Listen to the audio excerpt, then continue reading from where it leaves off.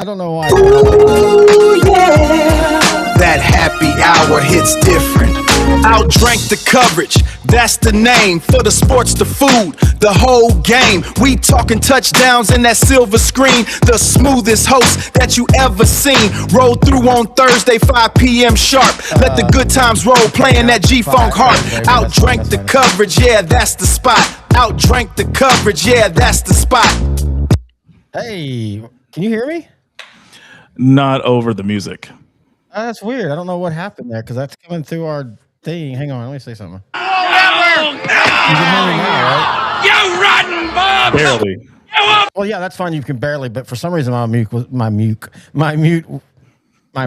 was muted at the beginning. Anyway, hello everybody. It's Terry the host. It's intern Noe the pro commissioner, one-time world champion of the Outdrank the Football Fantasy League. Not 2 times, not 2 in one season, just one time only. It is decided. It is decided. It is decided. It is decided. How you doing, intern Noe the pro? The defending champion is doing well, sir. How are you? I love our passive aggressive talking crap to each other. We would not do good in the wrestling. You know, I'm going to kill Noah, but you know, he's a really nice guy, man. We hang out, we have a good time. Hey, what are you drinking? I am just drinking a little bit of Twist. We went down to my parents' house for July 4th, and my studio wife made this really cool drink. I'm not drinking the mixed drink tonight, but it's called a Mr. Woo Woo. It's got vodka, peach schnapps, and cranberry juice, and you mix it all together. Really good, really refreshing. We've already talked about we're going to have that. I might even drink some of that Friday because for people that don't know, intern Noah's coming in for the monthly recordings, and sometimes we shoot too quick, and you know we kind of fall way short of the sun. So I think I might start this Friday off with some woo woo, and then some drinking. But anyway, I'm drinking Tito's because we took Tito's down. Very nice, very nice. I am doing a Kentucky Mule. I'm doing a cocktail. Wow, we were just having the conversations of mules and stuff. Now, how is the Kentucky Mule different than the Russian Mule? Just different liquor. So Russian Mule, Russia is typically known for vodka.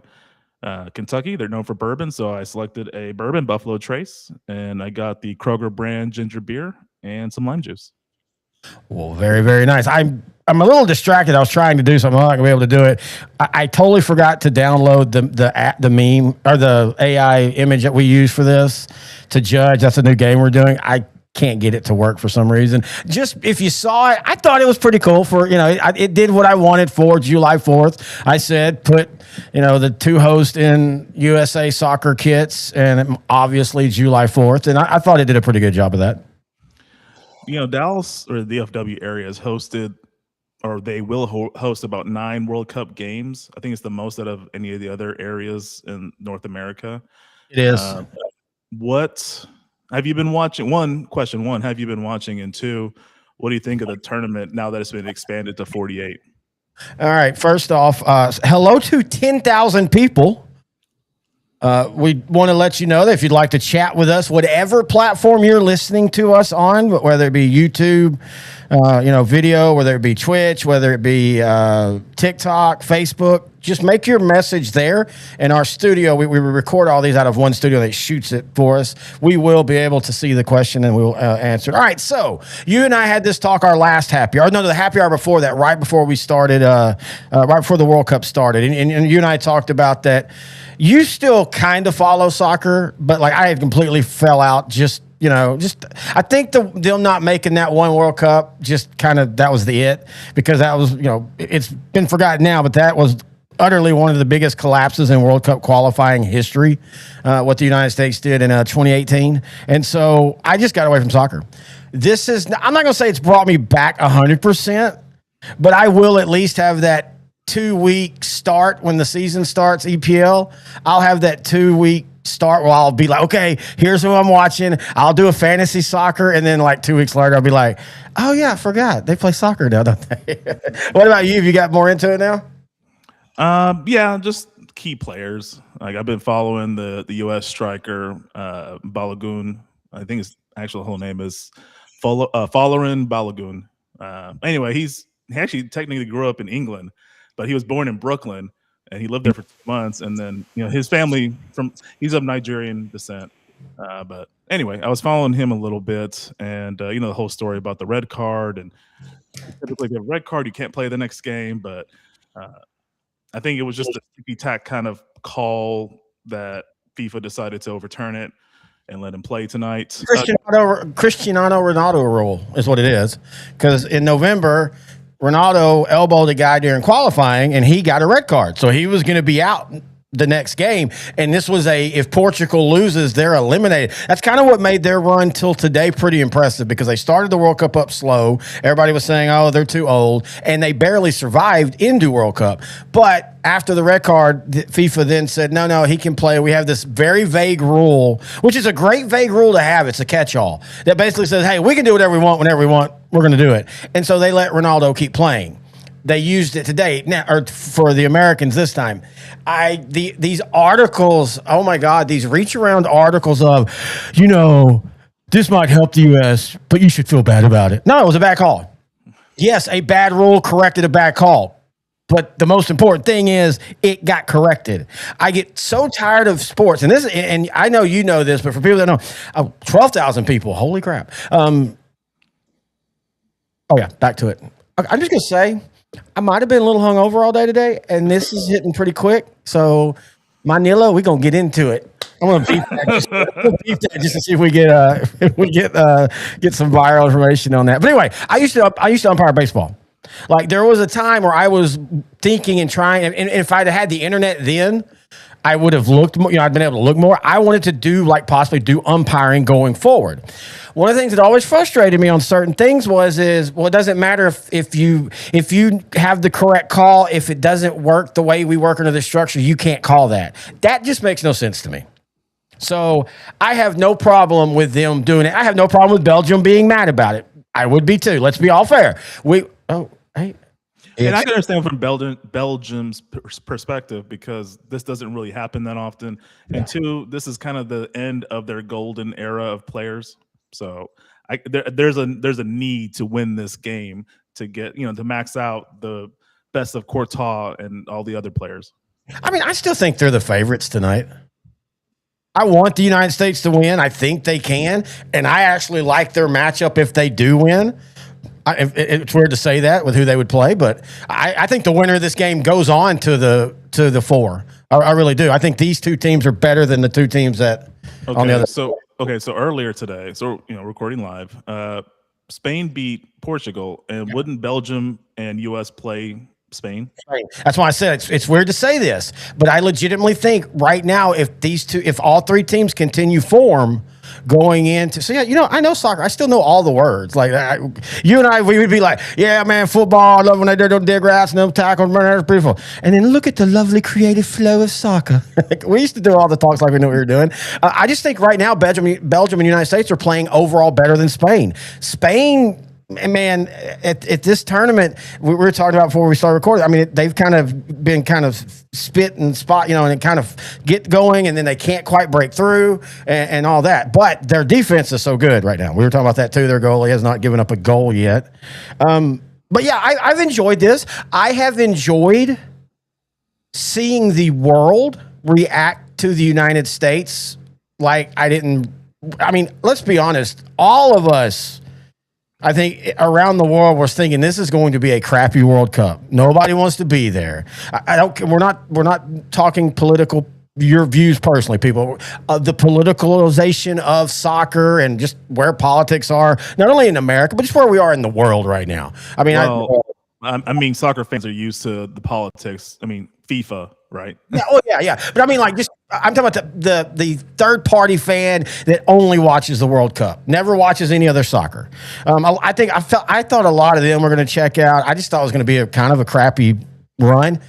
This has turned out to be maybe the one of the best World Cups ever. Not only off the pitch, but on the pitch. England, New Mexico. New Mexico succeeded, and they almost beat England. England and Mexico, legitimately one of the best games, World Cup games I have ever seen. I was rooting for both sides in a weird way, because England, they've had that. I hate when somebody said this to me. England's kind of like the Dallas Cowboys of soccer. No, son of a bitch. Well, I mean, it's been 60 years for England. Yeah, they've only won one, but they're the next greatest that hasn't won it in a long time. After Argentina finally won it, and Argentina had won one in between, them too. But then Mexico at Azteca.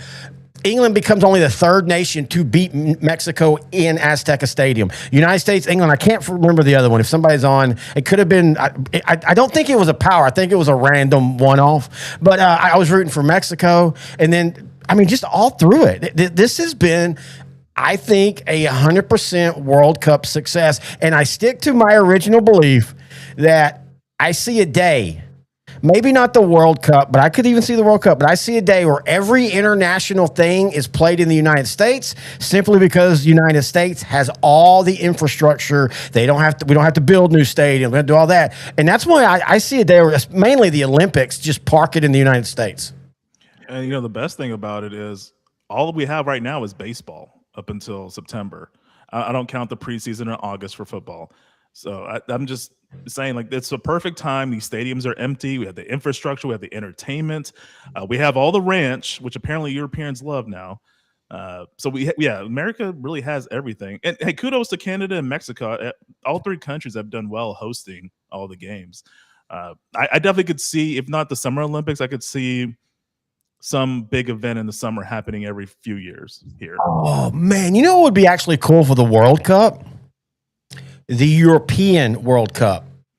Games in England, games in Germany, games in France, games all over, because they all have the stadium. They have the soccer structures to hold all that. Well, don't they? Isn't that what UEFA is? Like the Champions League? Yeah, but no. I'm talking about the European, the continent itself hosts a World Cup where you have, like we have three countries hosting this time. We had Korea and Japan hosting. Have it be not every European, but just call it the European World Cup. And like I say, the final could be at Wembley. That's just kind of the perfect way. And that's fine, because we just did a World Cup right now where it's North America. It's a continent hosting the World Cup. I don't wonder if they're setting that up. Yeah. Yeah. So I like what you're saying. Just have the entire continent of Europe. And that'd be awesome.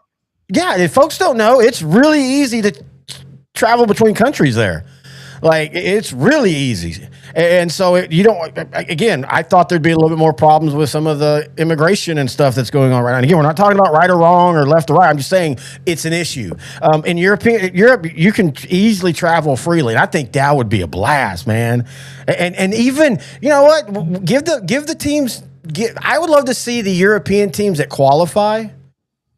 Or maybe just let the whole European nations qualify that one time. That would be awesome, actually. We've got plenty of teams now. There's 48, and they're even already talking about expanding it to, I think it was 56 or 64. So, and they're eventually going to. Man, I'm gonna call Seth Blatter, my friend, up.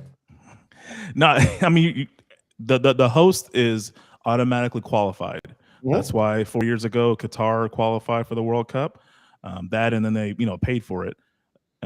Politics, FIFA. So yeah, definitely. Yeah. So politics in soccer.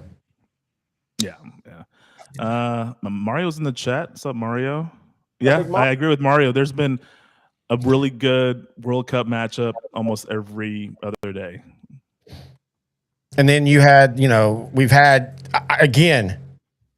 It is kind of interesting how this kind of mirrors 94 when U.S. got, before 94. So the U.S. had some really good early World Cups, technically made it to a World Cup final, even though it's a little bit different back then. And then America went dark with soccer. And I don't mean the color of the skin of the players. I mean, America just was crap. Terrible. I will read something about USA. I'm just making this name up though. USA legend Mark Thumbush. He played from 80 to 83. In 200 games, he had 3 goals. He was the leading scorer for 20 years. That's how bad America was. But then they kind of started putting more effort into it. 94, they get the cup. We didn't know how good America was going to be. And then they had a surprising run. They even got a guy killed. That's how great this run was. And then, of course, we remember 2002. That's probably the best America has ever been until this year.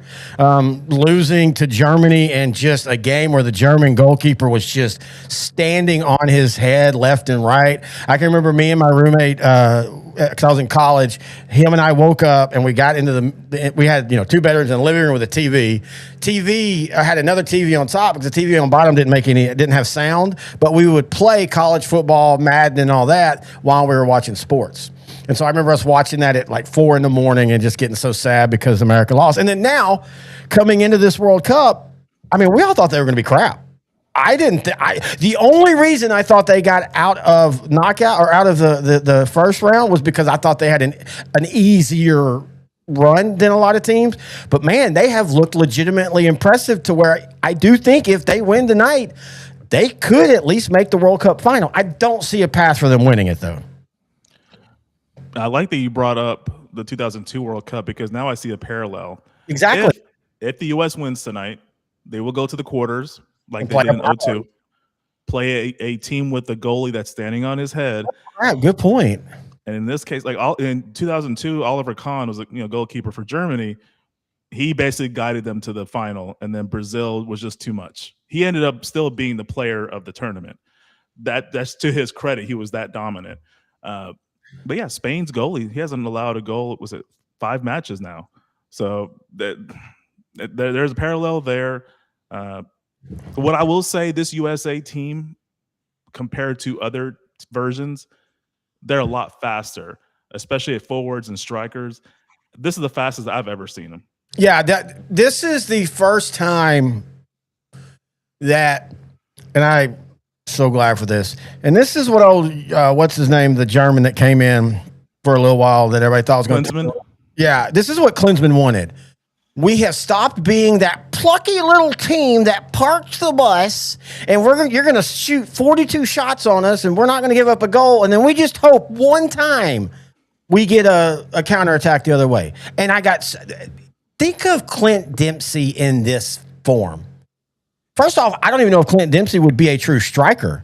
I think he would have to move to pure middle. You put Puzelik on his side. You put Puzelik on one side, Landon Donovan on the other, and Dempsey in the middle, all in their youth. We're playing that magical, everybody's in their youth. That would be formidable. But to watch this team play, they look like they are confident. They look like they can score. I don't feel, oh, dear God, I hope we can just stop 70 shots today and get one lucky goal. Yeah, this is a team that could actually score without a counter, without some luck. This team actually has some skills all over the place. So, but this will be their toughest opponent, Belgium. Even though they're older, they still have a lot of great players. They have a great goalie. This is going to be tough. They play at 7 o'clock tonight, Central Standard Time. So in Seattle, that'll be a pretty epic crowd. That's going to be rocking.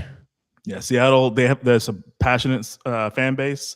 The Sounders get a lot of attendance. Just that stadium, Qwest Field, that's 12th man. The way the stadium is designed, so where the Seattle Seahawks play, the noise bounces back and forth from each side, so that creates even a louder environment. It really intimidates, kind of like what happened in Mexico yesterday, Mexico and England. The match itself was great, but the crowd turned it up a notch.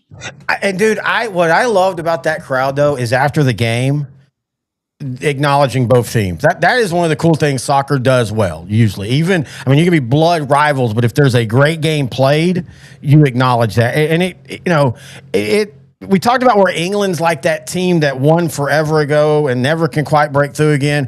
Mexico is one level below. They're the region threat who can win a couple, but they never can seem to find consistency to push through. Man, we all thought in the 2006 to 2016 range when you had probably the most talented Mexico team you've had since the 86 World Cup or the 80 World Cup, but they just could never find it. And them, kind of like the United States this year, a lot of people just didn't really know what they had coming in, and I know it sucks, but they acquitted themselves well, as did Canada.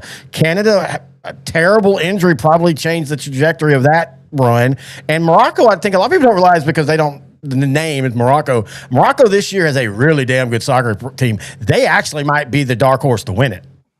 Well, they were the first African team to make it to the semifinals. Hey, I don't need everything to be made about race here in this country. No, and I think, Honestly, unfortunately, a lot of those Northwest African countries that are of a certain religion, they don't technically like to consider themselves African, but that's for another topic. So, well, you went mute. There you go. You're back. Okay. Did you say something spicy? I said something spicy. I was gonna say, might go, oh no, I can't let him say this. No, it's just some of those countries up there, like Morocco and Algeria. They're not. They don't like hearing that they're an African country, but yeah, Egypt. Yeah, they are. Yes, they are an African country. Egypt plays, I think, tomorrow against Argentina. That's Mohamed Salah versus Leo Messi. Dude, does Argentina shock the world and pull off the repeat?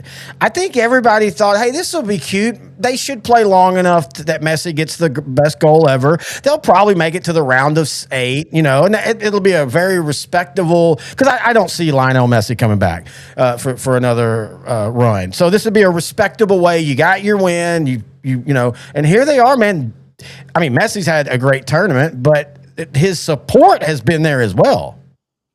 Yeah, this is a shocker for me because I really thought that 2022 Argentina team, that was the best possible team they could have around Messi. And I knew they were not young. And now this team is just playing great. I guess they got a lot of new talent. But yeah, Messi's playing like a guy that's not almost 40 years old. He's playing great. They had a scare against Cape Verde, small African island, just right outside the continent. 500,000 people population. I would say that was the match of the entire tournament so far. I watched that game from start to end. It was very thrilling. Cape Verde just kept answering Argentina, and Argentina just looked frustrated. Argentina was the better team, but it was just like Cape Verde, there's like plucky underdog that just wasn't going away. Their goalie is fantastic. He was making some great saves. But yeah, I still think Argentina should beat Egypt tomorrow. Egypt is literally one player, but yeah, we'll see. I mean, that's why you play the game, right? Let me ask you about that. And I love the Capo Verde story. It's a blast. But their official World Cup record in this run is 0-1-3. I mean, look, I'm not just, again, if you just joined us and never heard, we used to follow soccer a lot. I played soccer when I was a kid for multiple years. I know the rules and everything. But it's a great run, but it's like, I mean, you just kind of park the bus against the teams. And, it took Uruguay and Argentina to score on you because they know how to counter attack. That's one thing, the Central American, South American teams, it's based on counterattacks, but not like in the boring park the bus and try once or twice. It's like everything's a counterattack. I mean, their goalie kicks the ball from an in play. It's a counterattack. That's just how they play it. And they were able to get past, their defense. And again, it's a great story, but it is like, man, you were, technically you're 0-3-0. That's just weird.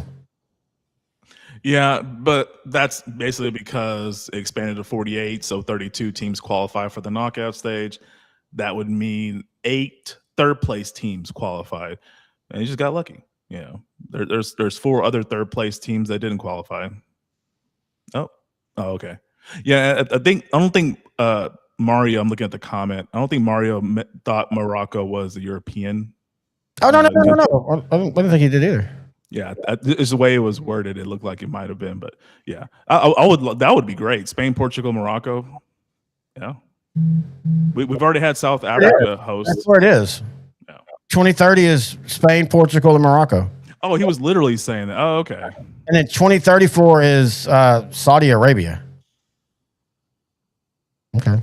Oh, the whitewashing of sports continues. Oh boy. Okay. You even and this is not, again, this isn't just because I had got away from soccer, because again, I still, even when I didn't watch, I still kind of kept of it. But I have to say, and you have to understand, there is a disclaimer. Well, now, Noe, To be fair, Qatar was played during traditional football season for Americans, but I don't remember anything of it. I really don't. Like, I don't remember. I mean, I know Argentina won. I remember that. And I was, you know me when I was watching, I was a Barcelona fan because of Lionel Messi. So I did, I love that. But I just don't I don't remember, was it even considered a good World Cup outside of Messi and them winning? It was a great World Cup final. Yeah, I remember that. Yeah, Mbappe, France's great striker, he had a hat trick to bring France back in that game. If they win, that would have been considered the greatest performance ever in a World Cup history. But now I would consider that the greatest performance by a team that lost in the World Cup final. I really think France is going to win no matter what. But again, in one match, anything can happen. But on paper, France is still better than Spain. I still think Spain and England are kind of tied there. Spain's a little younger. England is, if they're going to win, it has to be right now. They're set up well to get to the Final Four.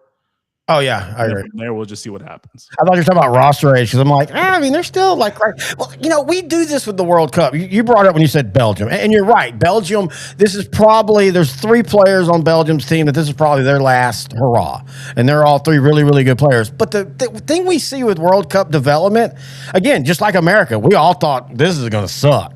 And here we are. And again, we could be wrong in 4 years, but no matter what happens now, and maybe this is 2002 again, because what happened in the next one, they bombed out. Everybody thought that was going to be the best American team ever. But this is setting up to be the best American team ever because the age of all these guys are just, they're at the 22 to 26 level. They're going to be here for 2 World Cup cycles, maybe even 3, depending on if some people are like Lionel Messi and, keep pushing for an extra year. I do want to say one of the interesting things is, and this is why I love sports because this is so effing random. One of the games in the friendlies right before the World Cup that everybody said, oh, crap, United States might not even make it out of the first round is when they lose to Belgium 5-1. Or 5-2. They score 1-0 up early. I actually watched part of this game. Scored up 1-0 early. I was like, hey man, that's really cool. And then proceeded to just collapse, like arguing on the pitch. Looked like the coach was ready to quit and all that. So I do love this sports circle moment that we get in sports where now it's Belgium. And if they beat Belgium, they go back to the highest they've ever been in the future or the modern era of World Cup. Yeah. Again, we'll see. We'll see in about an hour and a half what happens. Man, I really can't wait to watch it. I think it's gonna be a really good game. This is a much different USA team. I'm trying to think of the other teams that are still left. Because now we're getting down to the final 8. Norway upsetting Brazil. You called that though. But Norway is kind of like Portugal. Maybe to a lesser extent, much more of an extent. Erling Haaland is a beast. He's 6'5", like in his mid-20s, kind of like Ibrahimovic in a way, where he's a big dude that can make some acrobatic kicks. Yeah, he's a one-man show. If you ever watched him on the club level, it's ridiculous how good he is. I'm just surprised Norway got this far, but I don't doubt they can win their next match as long as Haaland is perfectly fine. England. I mean, this is where England starts to choke like the Cowboys. I have England still as a favorite, but we were jokingly in our thread, our sports rehab page, talking about when they rescinded the red card. I said, the most United States thing will ever happen. He'll get another red card. The most England thing will happen is they win this glorious matchup as an underdog to one of the toughest home teams in the history of the World Cup and then lose to Norway 3-0. Like, it is so, like, I watched I probably said this is years ago, but I watched a guy do a documentary on just like, I think the title was England Soccer is Good, ... until it needs to be. That was my first cry because I'm like, that sounds familiar. And it was just a great long history of like just every time you think they're finally making that step, they fall apart. I really hope they can win it. I mean, there's a lot of teams I say that for. Like, I hope Norway can win it. I hope and France has already won it. but this is a special team. So in the history books, like 10, 15 years from now, you kind of hope they do win more than one World Cup with this group. Yeah. But This could be a team that is, talked about for ages. I mean, like you said, the losing in a classic, one of the top 5 World Cup matches of the modern era, in my opinion, and then coming back resolved. And if they win it now, and then they kind of you start going, okay, with that lineup and that roster, there's going to be some injuries and flameouts. They've got 3 more World Cup cycles to be truly competitive with this core. And the scary thing about France is there's always someone else right below that maybe not there yet, but by the next cycle, they're there and they can take the pressure off some of these older aging guys. Yeah, that's very true. See, Spain, England, I think it's either this World Cup or the next. They got to seal the deal at some point. Spain is young. I think if they're not the favorite by 2030, for sure 2034. That's what we talked about. We were impressed with how, when you think of 2010 Spain, it was that middle.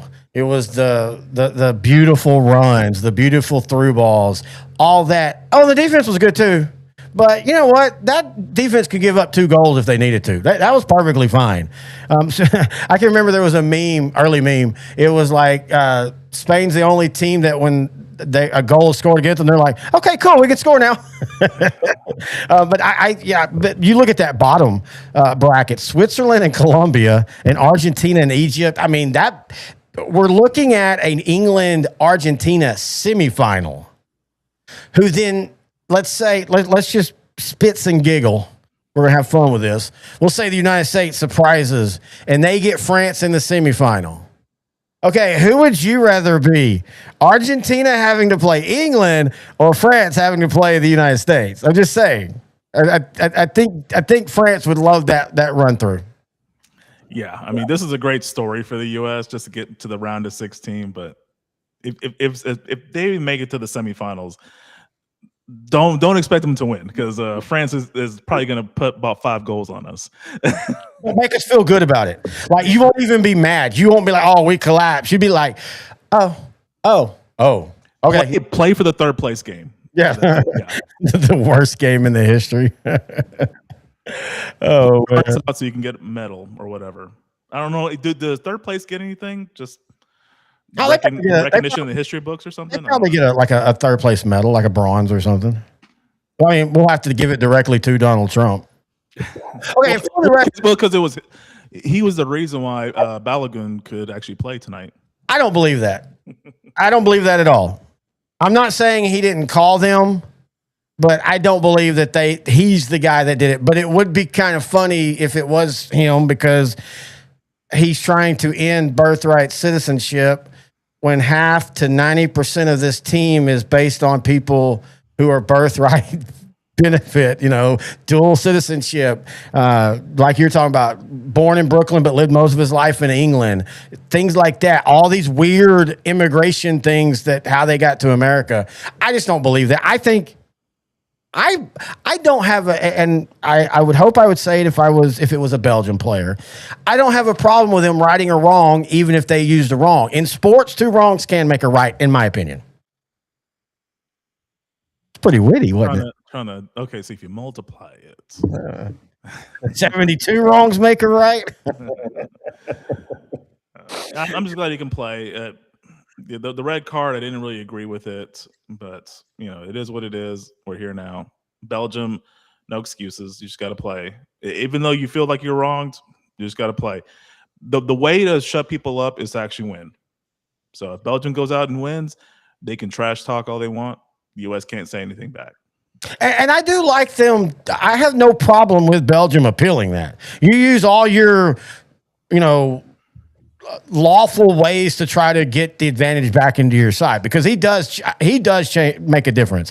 I think, and I'm not going to claim that I knew this before this World Cup, but if this isn't just a surprise, he might be the next greatest player since Clinton Dempsey. Yeah. I mean, because Pulisic is right now considered the best player, but I didn't know much about Balogun. I know he played at Monaco, in the club level, but I didn't really know much of him up until this World Cup. He's been great. Again, he's one of those strikers and forwards that just looks much faster than any other version of American soccer. And I'm here for it, man. I think in this, if Balogun keeps evolving, I think you get to put Pucelik in the role that he is better off as, and that's the ball comes through me, I disperse it, or like Jamie said in Ted Lasso, bring the ball to me, I put it to you. Because I think Pucelik, I mean, he can be a scorer, don't get me wrong, but I just feel like he's more of a Landon Donovan. He would work really, really better if he didn't have Michael Bradley next to him. Sorry, I didn't mean to say that. Ooh, PTSD of Michael Bradley. You were over there defending Bradley so much. You and I went back and forth. You were pulling up stats defending Bradley. Well, because, don't you be backtracking, sir. I admit it. Michael Bradley, again, I hate to use this reference. He was the Dallas Cowboys of the United States team. You could make his stats look pretty, but then you put him in like when it's needed moment, and Michael Bradley's like pooping on the field and crying. I think Pucelik in the middle can be Landon Donovan without having that, and he can distribute the ball, and he can play that. What you used to, it's a center mid, but you also call it striker B because he doesn't play in the traditional, the 3 mid, like he plays up a little bit. And so you've always kind of got that double attack going. And I like, again, seeing the United States being aggressive. I would rather lose aggressive than what we are known for. I hate that plucky. I hate that crap. That bothers me so much. You don't want to be plucky in sports. Plucky is when you're bad. You just have figured out the way to forego the inevitable until eventually the team beats you. It looks great that you lost 6-0 in a football game. This is a true story. Looks great that you lost 6-0 in a football game, but you gave up 375 yards rushing. You just happened to make 3 fourth-down stops, and they're all happy and cheering when they got beat. I'm like, y'all got beat. Yeah, but we were plucky about it. You think if we'd have lost World War II, we'd be like, hey, we were plucky about it, though. We tried our darndest. Speaking of that, I finished the second season of Peacemaker. Oh, man, the end was fun. That whole season was a letdown. But I like the alternate reality where he doesn't realize this entire time that that Germany won World War II in this alternate world. Like, there's a mural of Hitler. Yeah, I can't believe I didn't recognize that. Well, I thought they did a great. That's where they did a great job of. There never was Easter eggs until he saw it. They weren't trying to let you know that he didn't know. You weren't supposed to know either until he know. I do appreciate that because I think in shows we get too cute with Easter eggs, where and I like this one, like The Walking Dead had Breaking Bad's meth in its world. I like that. But I think some shows go a little too deep with that. So I did like that wait, we didn't know till he knows, but it was like this the whole time because he's an idiot. And since we see the world through him, we're basically an idiot as well. That was good. And then, look, the season wasn't terrible. It wasn't as good as the first one. I agree with you. There was a reason why I started it and then I stopped. Yes, that's true. Yeah, I did that with season 2 of Rings of Power. I did that with season 2 of House of the Dragon. I had to go back and rewatch all of it. And then I ended up appreciating House of the Dragon and Rings of Power. But Peacemaker, it was good. It just wasn't as good as season 1. I still love the intro. It's so stupid. It's so crazy. And I love it. And I love the music they have. I actually listened to it. Oh, yeah. I had the caption on so I could read what the singer was saying. That was good. I think I have no problem with the season 3, like at all. I have no problem with the season 3. Speaking of, and let's stay in entertainment for a little bit. That's what we're doing this happy hour. America, fuck yeah. I got into The Bear real hard. First season, second season. Have never went back because I feel the mistake that show had made is I wanted to see a world-class chef having to scrape and grind in a sandwich shop, the ups and downs of that. And instead, they just flip and make it immediately a high-class place. So he got burnt out of being a high-class cooker or chef, then turns around and makes a sandwich shop a high-class place. That's where I'm like, I don't care to see that. I think you and I are pretty similar because I got to about 2 or 3 episodes into season 3 and I stopped. I will eventually go back because I think the last season's starting now. So I'll definitely go back and start watching season 3. But yeah. Oh, and I saw that you had a quote up there. Oh, Doug's. Yeah. I was going to say with Doug's, I'm going to piggyback off of that. You said 2034 Saudi Arabia is going to host the World Cup. Yeah. That's a head scratcher, pun intended. I don't know if you remember about the Washington journalist. Oh, you know. Oh, wow. What weird things tonight. So when I put up his thing that time, it showed, but earlier it said our mics were muted when we were doing it. Same thing with the music. Restreams I think Restreams got into my Tito's before we started. Yeah. All right, so we're going to completely flip the script. We're going to go all the way back to 1991 through 1995, and here's why. So because we track our metrics, and whenever we post anything about the 70s, 80s, or 90s Cowboys on Facebook, we tend to have 1 million views. We post about Mike Shanahan, we have 1,000 views. So, and we also love talking this. Oh, and I want to advertise one of the things we're recording Friday. We're trying something new. I think this is going to be fun. We're going to take every decade of the Super Bowl, except for the 60s, because Green Bay wins. It's Green Bay and it's Green Bay. You can't really go past that. So, hey, Green Bay, you won the 60s. We're going to rank the best to worst Super Bowl winner in each decade, 70 to 79, 80 to 89, so forth. We're then going to have a little fun with, okay, so let's take the teams, the best teams that lost. Those will just be quick little add-ons. We're not going to have a big discussion about those. And then we're going to have a show of what is the greatest one-year Super Bowl team of all time. That won. And we'll have a show about this. This is one of those shows that could go, 70s, 80s, 90s, 2000s, 2010s. We'll do 2020s. We'll go ahead because we've gotten 5 years in. And by the time we get to this, we probably won't even get to the 20s until next offseason anyway, so we can add 2026. We could have 6 shows, 7 counting the big one, or we could have 21 shows. Because especially when we talk 90s, you and I, 90s to 2026, you and I can talk forever on it. I can talk forever on anything before that to 75. Shut up, I'm not that old. I just read a lot. So part of that is I have been putting together this thing. I wanted to figure out how we could do it. I don't want to do a whole show on this, but I think we're going to have to eventually. And that is the absurd belief that Emmitt Smith is only a good running back because of an offensive line he had. And that if it wasn't for that, the thing you always hear is if Barry Sanders was behind that offensive line, they'd have never lost a game. They'd have won every Super Bowl. Barry Switzer could have been quarterback, but all that kind of stuff. And that frustrates me. It frustrates me as a Cowboy fan, but it frustrates me as a football fan. Because the whole reason people think that is simply because Barry Sanders was prettier as a running back. He was prettier. Yeah, and that really resonates with fans. It strikes an emotional, euphoric feeling. So I mean, Emmitt was just solid. He was he looked at he looked at what was presented to him, and he took the right route. And he had a great stiff arm. He knew when to make the business decision and go out of bounds. He rarely got hurt.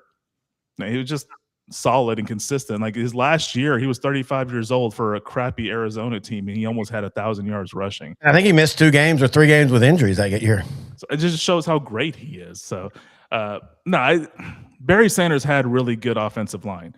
I don't know why people try to revise history and say he didn't, but he did have a really good offensive line. What he didn't have was Moose Johnson as a fullback because Detroit never had the fullback. No, and they didn't have a consistent. They were still trying to run the run and shoot with him. But I will contend, and I know he ran in an I-back at Oklahoma State. I know that. But I will contend that the gaps and how they block in the run and shoot made him what he was. Because he picked gaps and danced. He cut back lanes. Not that Emmitt never cut on a cutback, but what Emmitt did well was he knew where the hole was. He knew what his second option was, and he always picked the right option for the most part. And Logical Cowboy did a really good breakdown on, got real technical. And we're going to try to work with him in the future about something. And I really kind of want to have him on to talk about this video he did. And I'll post it in the the thing after the live show ends, where he talked about how what Emmitt Smith did so amazing that nobody talks about is he set up the tacklers so well. Now, when I coached, the team I coached for, we called it bubble bounce. Teams have different names. And what that is you're running, you have a blocker who can't see you, of course, he's blocking ahead. You see the defender. So if like you're running here, there's there, and the tackler's there, you cut so that he has to react, and then boom, he gets blocked. And he showed like 30 different runs where Emmitt put that foot right, forcing, the linebacker to step right into Larry Allen, and then boom, Larry Allen blocks, and he cuts off that backside. Barry danced. It was beautiful, and he had amazing runs, but he also had many losses because he danced. He stayed in the gaps too long at times. I still complain about the Monday night game, Detroit and Dallas, where the announcers were gushing over a 2-yard loss by Barry Sanders just because how beautiful the play looked. But I say that, but I also, I do love Barry Sanders. Oh, I do too, and that's why I hate this. This is not a knock on him. This is more to do with people's just because Emmitt wasn't flashy, he gets knocked a little bit. But I'll tell you what, Emmitt, you can put the facts there. Look at the games, or look at the outcome of games where Emmitt Smith was not playing, and tell me how the Cowboys did. Exactly. And then that's the end of the argument. Exactly. As much as we love Aikman, when Aikman was out, the Cowboys were still usually pretty competitive. They didn't win every one of them, of course, but they won, especially early. They usually won when he was out. I think the best thing I ever saw, and it's the one time John Madden, and he wasn't like knocking Barry, but this was kind of like in 94, 95, where you're starting to hear that. No, I'm sorry, like 98. Sorry, it was like 98, where you're starting to hear that, well, Emmitt's only good, even though his offensive line was, at that point, kind of crappy. But Madden had pointed out, he said, look, Barry Sanders is a great running back. But when Barry Sanders goes 10 for 80, that's usually a 60-yard run, and then everything else, adds up to the other 20. When Emmitt Smith goes 10 for 80, that's basically 6, 6, 6, 10, 6, 12, 6. He goes, what do you want more? Do you want to move down the field methodically? Because in those 10 carries, that could be 3 drives that result in 2 touchdowns and a field goal, which is exactly how the Cowboys used to run their offense in the first half. You and I always joke about it. People, again, don't realize Dallas threw to take the lead, ran the ball to sit on it. Go look at all of Aikman's first half stats between 91 and 96 specifically, and you'll see he'd be like 14 for 18 for 200 yards and a touchdown. And then in the second half, 3 for 6 for 40 yards because they just were sitting on the ball and running it because they had a 3-score lead. Yeah, and those 3 completions usually were to Jay Novacek to get a first down. Yeah, they were just trying to convert a 3rd and short. This is what it was. Aikman in a more pass-happy offense, his stats would have been ridiculous for the 90s. It would have been more comparable to today's stats for quarterbacks. But yeah, I don't think – Emmitt Smith is not overrated. He was a great back. He was just different than Barry Sanders, and there's nothing wrong with that. You can be great doing it different ways. I love watching Barry Sanders. As a Cowboy fan, I prefer more Emmitt Smith just because he could flip the field, not by doing a 60-yard run, but by consistently churning out the clock, eating minutes, progressing down the field. That frustrates an opposing team. Yeah, they just kind of just throw their game plan to the side because they just don't know how to do it. You're running a simple offense, but because you have great talent, exceptional talent, superior talent, you can't be stopped. I will say this, one of the funniest things, I've been really big into like Ken Norton stuff, Ken Norton Jr. We've done a short about him, but there's a couple series we want to do, and we do the short series, the Hall of Fame or Hall of Very Good. But one of the series I want to start is like the underrated, underappreciated players. I think Ken Norton Jr. fully falls into this. Now, I hope we don't get blocked for showing this, but I'm going to try this. I don't think we will because it's a share, but we'll check it. So this is the famous. Wait, what happened? Did it not go? Oh, okay. All right. So this is one of the famous runs. Barry Sanders against the Cowboys, 1991. So here we go. This is a great run too. This is one of his best runs ever. All right, so there's Tony Casillas. He can't even see him. And then here's that blur to the right is Ken Norton Jr. All right. So Ken Norton Jr. was talking. He said, the moment I spun, he was like, I'm going to be on NFL films, aren't I? I guess that's like the posterization in football right there is that. But I mean, again, I'm like you. I hate having to have the argument because it makes it sound like I don't like Barry Sanders. Detroit legitimately, even though they beat Dallas in 91 and they beat Dallas in 93, I liked them. They were fun to watch. I mean, Rodney Peete, Scott Mitchell, Herman Moore, two of the best wide receivers that nobody talks about. An underrated offensive line, Lomas Brown, should be in the Hall of Fame. What's his name? I'm sorry, I can't remember off the top of his head. Who got paralyzed? Mike Utley. Was it Mike Utley for the Lions? He was the guy that got paralyzed. Well, I couldn't remember if it was Bird for the Jets. So Mike Utley was on his way to being a multiple All-Pro. I don't know if he'd made the Hall of Fame, but he was a really good center. In fact, he was actually always kind of compared to Stepnoski because they kind of had the same build. They're white, they had longer hair, and they played the same. They were small on really big offensive lines. And then it also makes me feel bad because I feel like I'm knocking the Dallas Cowboy offensive line, who I absolutely love, but I'm not. I just understand that they made Emmitt Smith look good as much as Emmitt Smith made them look good. It's symbiotic. That stuff works together. They had a scheme that they didn't F around. There wasn't no zone blocking. It was block hat on hat. Fullback got the last one. Emmitt, you have to break a tackle. And all of that core just did it perfect for 4 years. It's almost like they work together as a team. What? Odd concept. So, by these people's belief, Joe Montana and Steve Young shouldn't be in the Hall of Fame. They had Jerry Rice. Jerry Rice made Rich Gannon an MVP. Now, Noe, to be fair, the dirty secret on that is Rich Gannon actually had a really, really good year the year before Jerry Rice, and he finished, I think, 3rd or 4th in the MVP voting. He just fit what John Gruden did. Everything about it. They had the number 1 seed. Yep. This was, I think, the Bill Callahan season. The one that Tim Brown swears to this day that Callahan threw it for Gruden, which I still don't. That makes no sense to me. I think Tim Brown was just yearning for a Super Bowl ring. I don't blame him.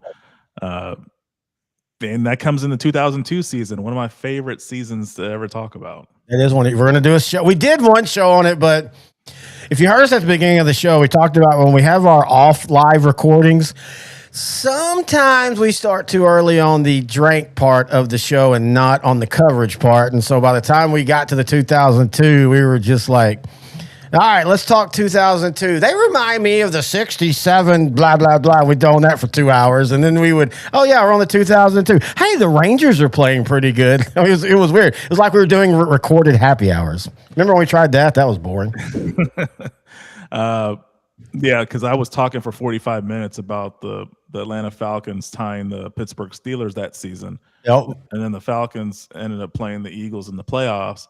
6 years later, fast forward, Eagles tied the Bengals in 2008, and Donovan McNabb's acting like he didn't know that games could end in a tie. I'm like, you literally played a team in the playoffs that had a tie on their record. Yep. And then you kept talking about, sometimes these guys, they're just focused so much on the game plan and the game itself that they don't even look at little stuff like records. I'm like, come on. That's something you should just know. They don't, though. It's weird, dude. You will have the guys, and you and I have talked about this before, and I learned this as a kid because I was not as athletic as a lot of the football players, that played before me. But I love football. Like, I loved football. Even back then, man, I could tell you every Super Bowl, every MVP, all that kind of stuff. And I'd be like, talking to an all-state linebacker who's going to Oklahoma. Man, did you see that Washington game yesterday? What game? What are you talking about? The football game. Oh, I don't watch the NFL. I'm like, oh, okay. So you just kind of read on it. You're like, I've never watched the NFL. And this guy was a great player. He played because he was good at it. I don't mean that he didn't love playing, but he didn't care to watch it. And so I think there's way more in that in all of sports, all players. Not every player that's great is great because they loved the NHL when they were a kid, or the MLB, or whatever that is. And yeah, that was always a fun discussion because every time there's a tie, it feels like somebody on one of the teams says, I didn't know we could even do that. I didn't know that was a thing. It just baffles me. And I'm like, you know what? That's why you didn't win a Super Bowl, McNabb. Ooh. Tom Brady would have known. You know what? Nick Foles would have known. Intern Noe the Pro, it's time for a live surprise Hall of Fame or Hall of Good. The I don't know ties Donovan McNabb, Hall of Fame or Hall of Very Good? Hall of Very Good. Really good career. One of the greatest Eagle players of all time. One of the greatest quarterbacks on that team ever. Just couldn't get the job done in the Super Bowl or in the playoffs. He got far enough. They had a lot of great seasons. He kind of fell off as soon as he left Philadelphia. Hello?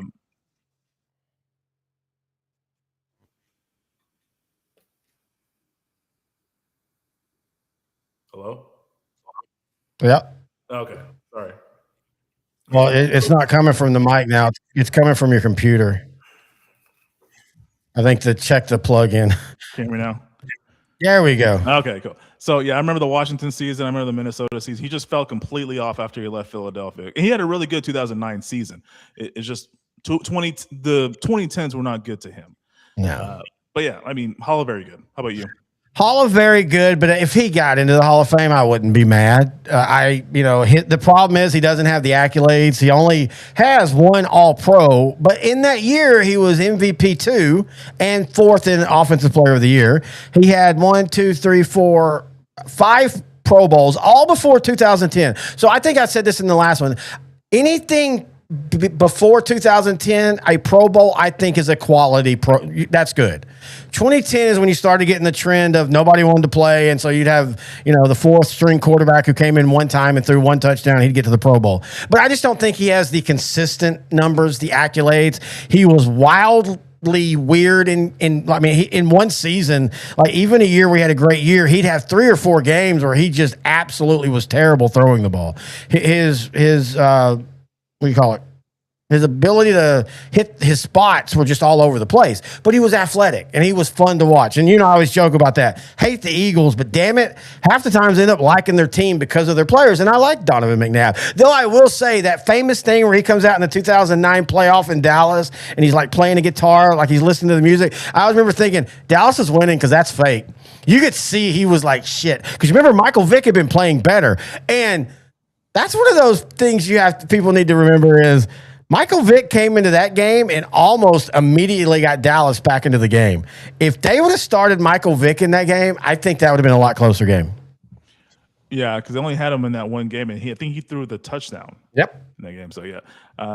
Man, he ended up having a really good 2010 season for Philadelphia. Won the division. They lost in the wild card round, but they had a pretty good season. They kind of teetered off toward the end, but just thinking about it, I can't remember why they kind of collapsed toward the end of the season. Not collapsed, but like they just weren't dominant. The Dream Team, the Vince Young Dream Team?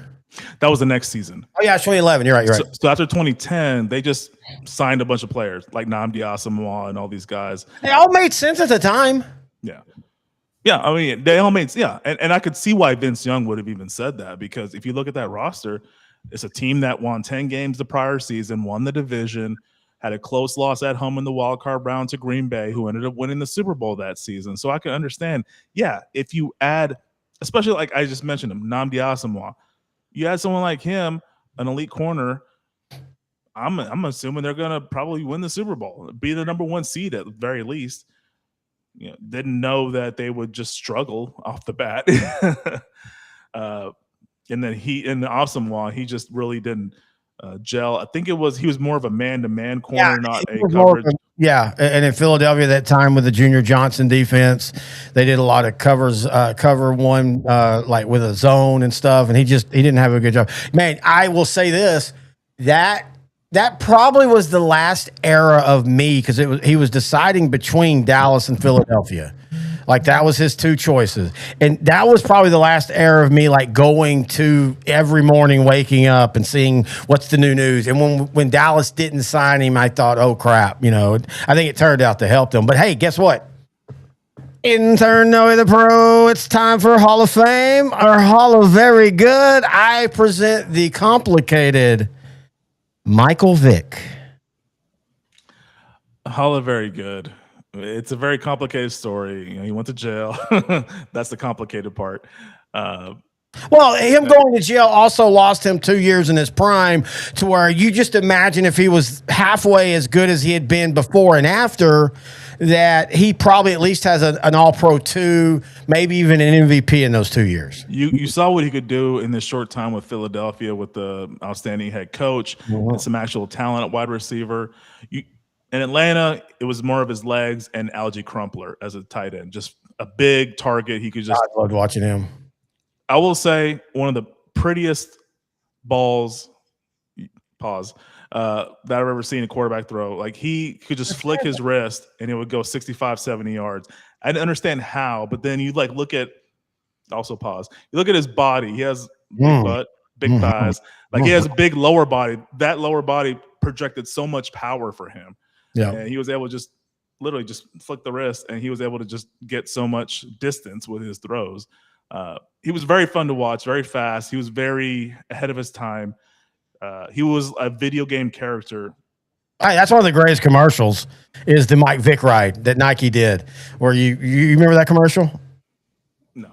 Oh, hang on. We're at the. I will say this: Hall of Very Good.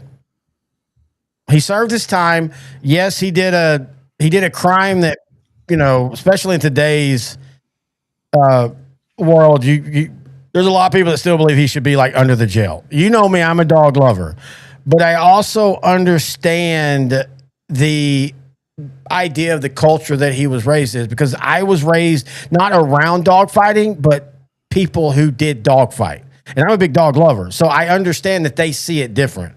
But I would love for him to get some kind of recognition in the Hall for, while he wasn't the first scrambler, Fran Tarkenton, Roger Staubach, Brett Favre, Michael Vick took it to a different level because he could throw a 300-yard game and run for 150 yards in the same game. We haven't seen a player like that until Lamar Jackson. So I would love for him to get some kind of special, acknowledgement, but I don't think he's Hall of Fame. All right. Again, I hope we don't get, I'm not going to play the sound. Okay. You don't need the sound to see this, but I can't believe you don't remember. As soon as you see this, you'll be like, oh yeah. Cause this was on NFL Network at this time every day.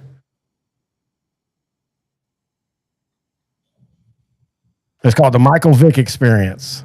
Okay. I mean, there's a case to say he's in the Hall of Fame just because of his influence to the future.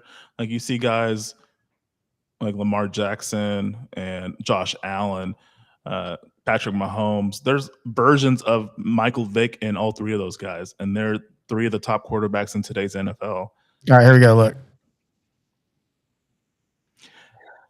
Oh, I think this I remember. Okay. Yeah. Iconic. So I was also say I forgot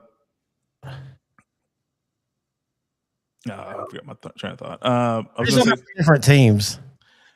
Yeah, I was thinking when I was looking at this, I was thinking of the Minnesota game, the overtime game where he just ran it in for a touchdown. Oh, yeah, kind of looked like it. Minnesota, Steve Young did the same thing to them, but they won that game at least. Oh yeah, they did. That's right. People forget that. But anyway, yeah, I think I forgive Mike Vick. I guess that's what I'm saying. I forgive him. I think he is, better person. I really enjoy his YouTube stuff that he's doing with Fox Sports and the NFL. I do see him eventually getting in as a contributor. I really do. And I'm fine with that. I believe that players who might not have done it long enough or who might not have been consistent, but what they did set the future, as you said, the tone for going forward, I think they should be acknowledged. I think Archie Manning should be acknowledged. And that's a change for me because I used to say I didn't believe that Arch Manning should be in the Hall of Fame. That's a big, should be, should not. We'll do that eventually. I'm not up to it right now. But the more that I've watched highlights of him and stuff, I get it. Jesus Christ, dude, the stats he was putting up for crappy New Orleans Saints team. Look, I'm not saying he'd have been better, but if you put him on the Cowboys, he at least wins a Super Bowl. If you put him on the Steelers, he at least wins a Super Bowl. Oh yeah. I mean, it's the Matthew Stafford argument. Matthew Stafford was on some bad Lions teams. One season he goes to the Rams, immediately Super Bowl champion, and now they're probably the favorites to win this year. And he just come off an MVP season. So yeah, the talent's there. It's just he doesn't have talent around him. Exactly. That was the problem. All right. Oh, I was going to mention Playmakers, a show we were going to cover at some point. Oh, we are, yes. Yeah.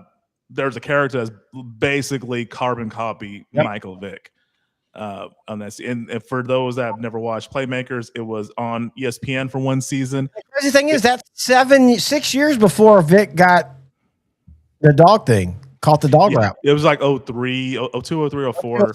Yeah, I think it was let me see. Because I think Michael Vick, it was after the 06 season. Yeah. I remember 07, it was a Louisville coach that was the head coach for the Falcons for like 13 games, and he quit. Petrino. Petrino. I remember how bad the 07 Falcons were. Yep. And then they drafted Matt Ryan the very next season. So, so it happened after the 06 season, the dog fighting. Yeah. I'm unlike you, man. I love dogs. He definitely deserved to go to prison. He wasn't the one that was there organizing it, but it was his house. He knew what was going on. Well, he admitted he partaked in some of the abuse and stuff and all. Yeah, it was 2003 because I remember my roommate at that time had moved back to Longview, his hometown, but he was living like in an apartment. And I came down there and we literally watched for the 11 episodes back to back to back of Playmakers. Because that was back when it was still on ESPN. That was before the NFL got pissed. I keep trying to find a DVD version. There's not an official release, but there are like some bootlegs out there. You can see it on YouTube, but the quality is so bad. Some of the scenes are it's really legitimately hard to see who's in there and stuff. But one of my favorite parts is the offensive coordinator does the Tin Cup. Have you seen Tin Cup, by the way? Yeah, Kevin Costner? Yeah. All right, we're going to do that movie. That's one of my favorite sports movies. So remember when Don Johnson beats Kevin Costner with the longest drive? Costner tried with I think a 7-iron? No, I think it was like a 4-iron. I think it was a 4 or 3-iron because you can still drive those pretty hard. And so, Kevin hits it really hard and far, and he's like, beat that. And Don goes, okay. And he just turns and chips it down the concrete road. But because he's so accurate with his shot, it just bounces forever and ever and ever. So in Playmakers, they do the same thing because you basically have this story of a quarterback who is a big cannon. Think Daryl Monica, the mad bomber. All he wants to do is throw the ball down the field. But he has an offensive coordinator who is now like more of the West Coast. So the offensive coordinator, who's being a smart ass, says, I will challenge you right now. Who can get the ball the furthest down the field? And so the quarterback, he's older, but he's still good. He chunks it like 70 yards. And then the offensive coordinator says, hey, come here. And this golf cart shows up. He goes, go that way. And he starts to go that way, and he just pitches it in the back. And, of course, the golf cart just goes forever and ever and ever and ever. I don't know why, but those two scenes have always I love them because it is kind of how that is. We learned, and this is why quarterbacks are more efficient, just throw the ball 1 yard down the field and let the receiver do the rest. Like, that's the beauty of the sport now. Yeah, I mean, it's beautiful because it's a West Coast offense is a very good example of team football. Like you have the quarterback making the right decision, you have the wide receiver, running back making the athletic move, you have your blockers blocking. It involves all 11 players, and yeah, I like that. Are we still on? Okay. I get this notification sometimes where it says, oops, something went wrong. We're reloading. But oh, yeah, it's your internet, but it catches up real quick. It does. It actually fixes it in post. Okay. All right. So I wanted to do this because we were talking about, again, this is why I love us. We started talking about the Cowboys and Barry Sanders, and we ended like weaving our way through the Eagles and the Falcons. So let's do this. We're going to not finish the show, but I want to do this because, again, we get really good reception when we do this. Internally, the Pro Hall of Fame or Hall of Very Good, I present the, again, complicated case of tackle, mauler, a mean sumbitch, Eric Williams. Hall of Fame or Hall of Very Good? Hall of Very Good, and it's because he had the injury. He was a Cowboy, right tackle, one of the meanest, baddest son of a guns you ever meet. One of the greatest offensive lineman of all time until he got hurt. Unfortunately, that's what it is. He went from all-time GOAT at that position to very solid contributor on a championship team. He's not a Hall of Famer. I have to say Hall of Fame, and here's why. One of the biggest misconceptions is Eric Williams, after the injury, was somehow lesser. He wasn't. He got the injury famously in 94, 7 games into the season. I do think that if he's healthy, that 94 title game turns out different, because on a couple of the plays that happened, it was the backside tackle. Now, that is one knock on him, is he wasn't a true left tackle at all times. He sometimes was a right tackle. But after that injury, he came back and started 15 games in 95, 16 games, 15 games, 15 games, 14 games, 16 games, and then that last year in Baltimore, which was really, really weird in 2001, he didn't really play. After the injury, he had 1 All-Pro and 3 Pro Bowls. The problem that happened to Eric Williams was he got discovered too late early. He really should have been an All-Pro in 92 and 91 as well. But the NFL, that's the old rule, is if you miss the 1 year, you get the next 2 years. I think he's a Hall of Famer. I really do. I think he legitimately goes down as one of the greatest right tackles in the game of football. I hear what you're saying, but in my opinion, he should have been a first-team All-Pro the entire decade of the 90s if he'd not got hurt. He ended up just going from an all-time great to just very good starter. He could start on any other team, but he wasn't elite. He was just very, very good, not elite. And I don't see that as being a Hall of Famer. He was. I love him. I love what he did for the Cowboys, but Hall of very good. And I have no problem with that. Again, I think he's one of those. Either way, I'm probably fine with. All right, here we go to the next one. Hall of Fame or Hall of Good. And I know this is going to hurt because it's really easy in my opinion. Mark Tuinei never made an All-Pro. That kind of blows my mind. He did make 2 Pro Bowls, 94, 95. Again, not even when I would say he was at his best. To me, and I love Larry Allen, but because Eric Williams got hurt in 94, the best iteration of that line was 91 to 93. 94 was good. 95 was really good, but it was 91 to 93 when it just felt like outside of Philadelphia on a Monday night in 92, nobody could touch Aikman, and Emmitt Smith, just was blowing, numbers away. But I think Mark Tuinei is a Hall of Very Good. Oh, I think it's because of my love for Mark Tuinei, and he died early too. That's the thing that kind of stings as well. He was taken from us. He seemed like the sweetest person from all accounts. I know the NFL Network did a little documentary on him, but I'm going to go ahead and say in my heart, Hall of Fame, but objectively Hall of Very Good because of lack of accolades. I kind of feel like you and I feel the same way about Tuinei and Eric Williams together. Like, I want them both to be in the Hall of Fame. And this is why fans shouldn't vote on the Hall of Fame. Because we do understand what they meant for the team, but that just because they fit the team perfectly doesn't make them the greatest. Tony Tolbert, to me, is the best example. I think Tony Tolbert should be in the Hall of Fame for his consistency, but he doesn't have the All-Pros. He does have the Pro Bowls, but he doesn't have the All-Pros. And so it just doesn't match up. But then you have to also remember, All-Pro in NFL is one of the most, All-Pro in NFL and All-NBA are the 2 most exclusive. Because they're not doing 2 conference like the American League does. AL MVP, ML MVP. They do all that by their leagues. NFL, it's all one league. There's not an AFC All-Pro, an NFC All-Pro. There is a NFL All-Pro. So if you're a left tackle, you're going against 31 other left tackles. And so you can be amazing, and you can be amazing for 10 years and never get an All-Pro 1. And that's where sometimes maybe we quantify the accolades too much. That's that balance that's really hard to find. Yeah, and fans shouldn't vote in general just because we're not objective at all. We'll just be voting in Hall of Fame for me.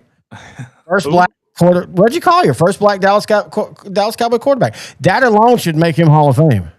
Quincy Carter? Huh? Quincy Carter? Wait, who are you talking about? Reggie Collier. Do you not remember Reggie Collier? Reggie Collier. Okay. I sent you that before. He was a strike replacement. African-American quarterback for Dallas. He scrambled well. So for you remember how this was, even before Aikman, and then after Aikman, Anthony Wright, as I joke, he has one good game, and we're all like, oh, maybe he's the future. No, he wasn't. No, but it was fun to watch. All right, here we go.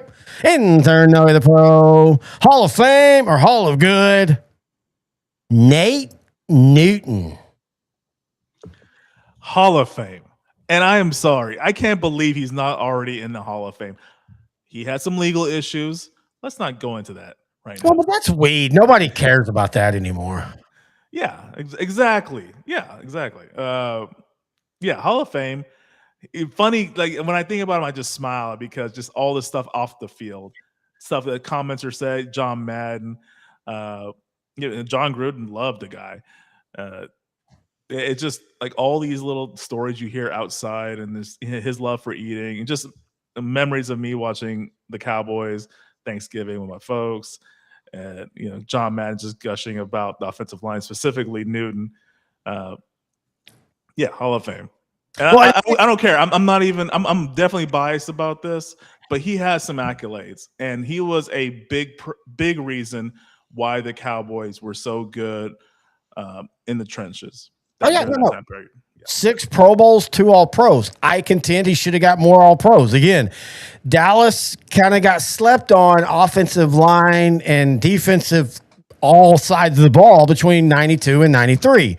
I don't understand why in 92, when Emmitt Smith is just dominating the league, Nate Newton's not an All-Pro. I go back to, if everybody has this whole belief that Emmitt was only good because of the offensive line, then why on the decade offensive line team there's literally 2 guys one guy on the first team and 2 on the second team, and neither one of them have gotten. I don't even think Nate Newton's been a semifinalist. I don't think any of these offensive linemen have been semifinalists. I haven't, but yeah, Nate Newton needs to get off or have his gastro thing reversed.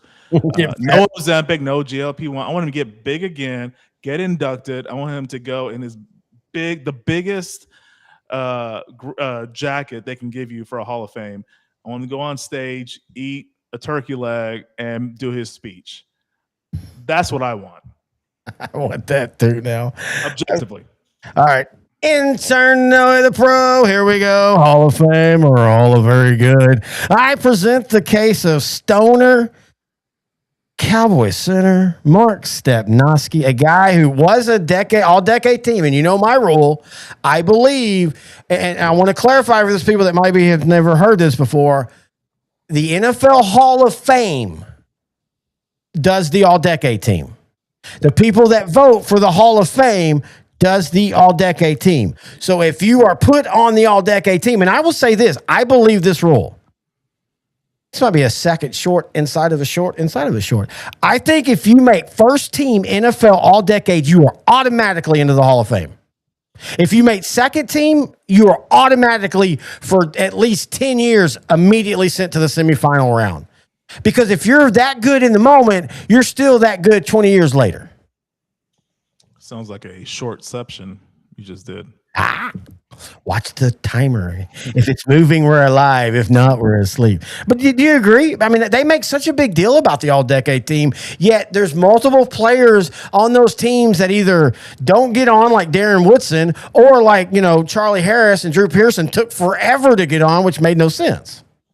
I agree with you. And the fact that they don't automatically get in or get at least to the semifinal round kind of devalues that all-decade team, in my opinion. But to answer your question, I think Mark Stepnoski should be in the Hall of Fame. I agree. I almost feel like his career was too short, but the time he was in the league, he was, for someone that was very undersized, was very dominant. It was very technically proficient. He was the captain of the offensive line for the Cowboys, 91, to 94. And I think he's definitely a Hall of Famer. I mean, he played 13 years. He started 194 games. This was always the funniest stat I remember. And the only reason I remember this is, again, I know I've referenced this before, but 7 Days to Sunday, a really great documentary. You can find it on YouTube. Again, the quality's not good, but it's basically the run up to Minnesota versus Dallas on a Sunday night back when TNT had Sunday Night Football. That's how old this was. And they did a documentary. That's when I told you I fell in love with Dennis Green, because when the Vikings won, he played the drums. Like, I don't know, is that like a punishment? Like, where the fans like, oh crap, we won on the show tomorrow, he's going to play the drum. Also, that was a time you don't really see these anymore. I guess they probably do them online, but that was a time when every coach in the NFL had a coach's show, but it was local. Like, I would watch the Jimmy Johnson show, the Barry Switzer show. The difference between those two, oh my God, Jimmy, y'all just beat Washington 31-0. Yeah, but we sucked. I hate the world. I'm going to get some nachos. Barry, you got beat 24-0. Yeah, but we tried. We had fun. Michael was just telling, we had so much fun in that game. But anyway, going back to Mark Stepnoski, 3 All-Pro second teams, 5 Pro Bowls. I think he's Hall of Fame. I have no problem with any. If everybody's going to claim that Emmitt Smith was only helped by his running back, then every one of those should be in the Hall of Fame. That's my whole belief. Only Nate Newton's been my biased selection here, but Mark Stepnoski for sure, Hall of Famer. And I legitimately think both of those were probably truly the best offensive lineman. Nate Newton needed a team to where he didn't have to, zone block. People forget the whole zone block was such a big thing in the late 80s. That's why when offensive linemen got smaller, remember? Like, even the Hogs, they were big, but they weren't big because they were zone blocking, meaning you had to work in space. All you did, Nate Newton, was you basically built what our offensive line coach would be for pulling guards. He built a train track. Stay on the track. When it turns, turn, hit. That's all Nate Newton had to do. And if you want to see, look, Barry Sanders breaking 100 tackles is gorgeous. But you want to see something really pretty? Go watch a lead toss to Emmitt Smith with Moose Johnson taking the outside and then Nate Newton pulling around, taking the inside, and then Mark Stepnoski going 3 levels up. A center was hitting the safety. Like Leroy Butler, who's in the Hall of Fame, Darren Woodson. And that, to me, is a better work of art than one guy breaking 32 tackles.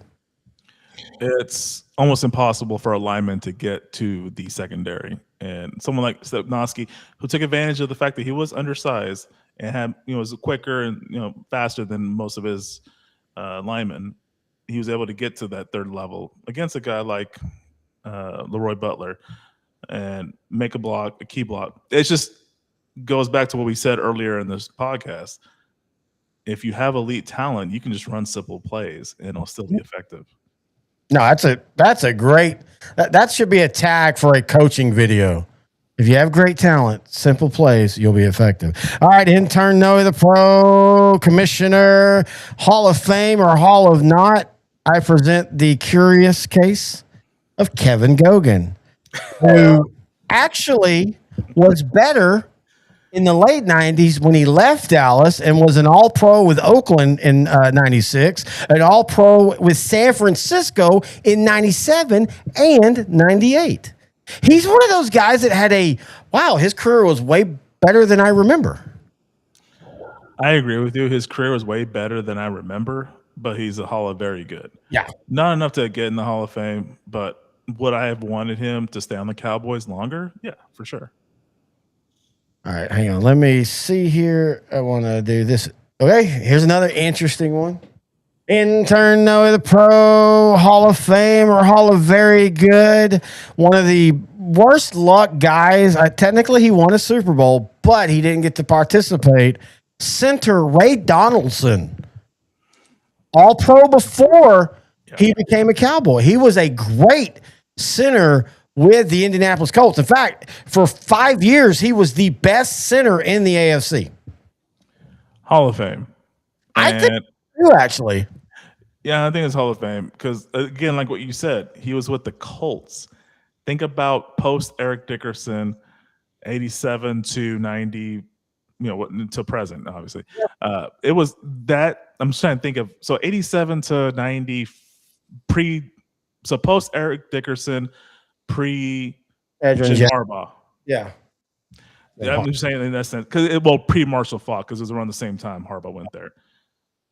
There was not much talent on that Colt team, yet they were still able to win, especially 92. They somehow derped their way to 9 wins.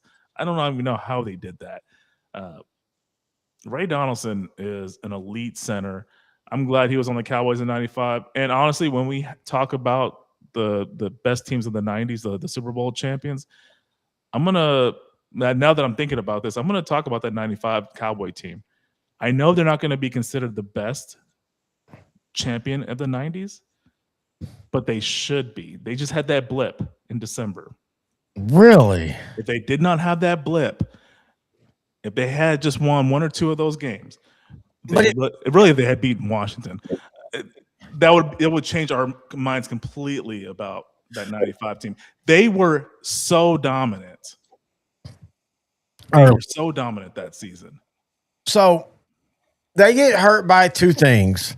The little blip at the end, and even their last 2 wins. Again, we have a short on it. Kevin Williams, the diving catch. You beat an Arizona team that had nothing to play for. Sorry, they had a movie to play for. That's another fun short. They got a lot of numbers. But then also what hurts them is they don't play San Francisco because Green Bay upsets them. And then they look like crap for half of the Super Bowl. Again, we always joke that how much the 95 season and that Super Bowl mirror each other. Start out like gangbusters, you're going to dominate, then struggle, and then somebody you're not expecting, a.k.a. Kevin Williams, a.k.a. Larry Brown, to make the big plays to win the game. So I think that's what hurts their ranking in the 90s ranking, because you saw the ranking I made, and I think that's one we're going to pretty much go with. You couldn't disagree with where I put them there either, though. Hey, I'm just saying, the Cowboys in 95 couldn't have assumed that Bam Morris would be a big problem in the second half. Yeah, that criminal. He shouldn't even have been on the field. Yeah, you wonder if him and Nate Newton working together, because they both got arrested in that same area, East Texas, Northwest Louisiana. I'm just saying. You know what? You're a good friend, because I thought you were gonna go. I set you up because I was expecting you to go Michael Irvin on that route. No, I don't need my haircut right now. I'm good. We will. I mean, that is again. I love Jeff Pearlman. I love his book on the Cowboys. Of course, he's a storyteller, so he can get a little, But man, when he talks about like how many players just talk about how scared they were that night. And Michael Irvin had been known to be a hothead. There's a famous thing. I told you this story. It's from Pearlman's book too. Dallas Cowboys used to travel around Texas and play basketball against like alumni, teachers, firemen, and they'd raise money, raise a couple thousand. You get to meet Drew Pearson and Roger Staubach, and they were competitive. Don't get me wrong. They wanted to win. But Irvin was so famous for A, they just kept the money. They never donated. But B, basically trying to dog walk the substitute teacher, Henry, who was the 7th guy off of the Gordon, Texas basketball team of 100 people. And so everybody knew he was vicious, but the cut, man, I don't know how that's never been bigger than it was. You say vicious, I say winner. We're just a little different. The guy survived. I'm just saying. You play to win the game. No, seriously, all jokes aside, because you and I both, I love Michael. Michael's one of my favorite Cowboys. But like, how the hell did that? I mean, that just shows you what Jerry Jones can do, because I mean that MacGyver. A, apparently he was lucky to live. B, they had to pay him under the table. They had to give him like $10 million. Just don't say anything. I think Jerry and Michael Irvin have a bond. Oh, I think so too. That's different than Aikman and Jones and Emmitt Smith and Jones. In fact, I doubt Jones talks to Aikman or Emmitt a ton. Not that he doesn't love him, but I doubt he does. He has no reason to. I kind of have a feeling him and Michael Irvin have the random 3 a.m. Are you up? Hell yeah. Are you drinking? I'm drinking. Hell yeah. Type of conversation. Because if you look at both of their backstories, obviously different races, different eras. But if you look at like some of the principles and core beliefs they have, I think they're the exact same. And I think that's what kind of bonds them together. Well, if you look at it, lately there's been this weird, and I don't get it. Look, I'm not saying Troy Aikman couldn't, but there's all idea because the Miami Dolphins hired Troy Aikman to be a consultant. Everyone's like, well, he should be GM. Why? A great quarterback doesn't automatically mean he knows talent. I'm not saying he doesn't, but this idea that if you put him as GM, it'd work perfect. But they were, I can't remember who it was they were talking about. They were talking about another coach basically was saying like, yeah, there's no way I can make it work in Dallas. And Aikman kind of came out and said, Jerry's got to give up control. And Emmett's like, and then Irvin's like, yeah, Jerry's never going to do that. Irvin was the only one that he wasn't defending him, but he was explaining, y'all can say this all you want, but we've known since 1989. This is Jerry Jones. He's not going to change. Yeah, that's very true. And also, sort of along this topic, I really wish we had a longer interview with DeMarcus Lawrence as to his comments about him never being able to win a Super Bowl with the Cowboys. That's why he had to leave, because he never really elaborated on that. And I do, for the memes, I love that he immediately won a Super Bowl. I like DeMarcus Lawrence, but you and I always jokingly said, dude, look in the mirror. You were part of these teams. Where were you in 2018 when a dude that hadn't ran the ball in 2 years is going for 240 yards against you? Where were you in 2016 when Aaron Rodgers throws a third and forever? So you got to look in the mirror too. But he's also right. I think his point was, and look, in all of that, nobody fucking knew Seattle was going to the Super Bowl and winning it this year. Let's be honest. We've talked about this. This past year was the year that the NFL wants going forward.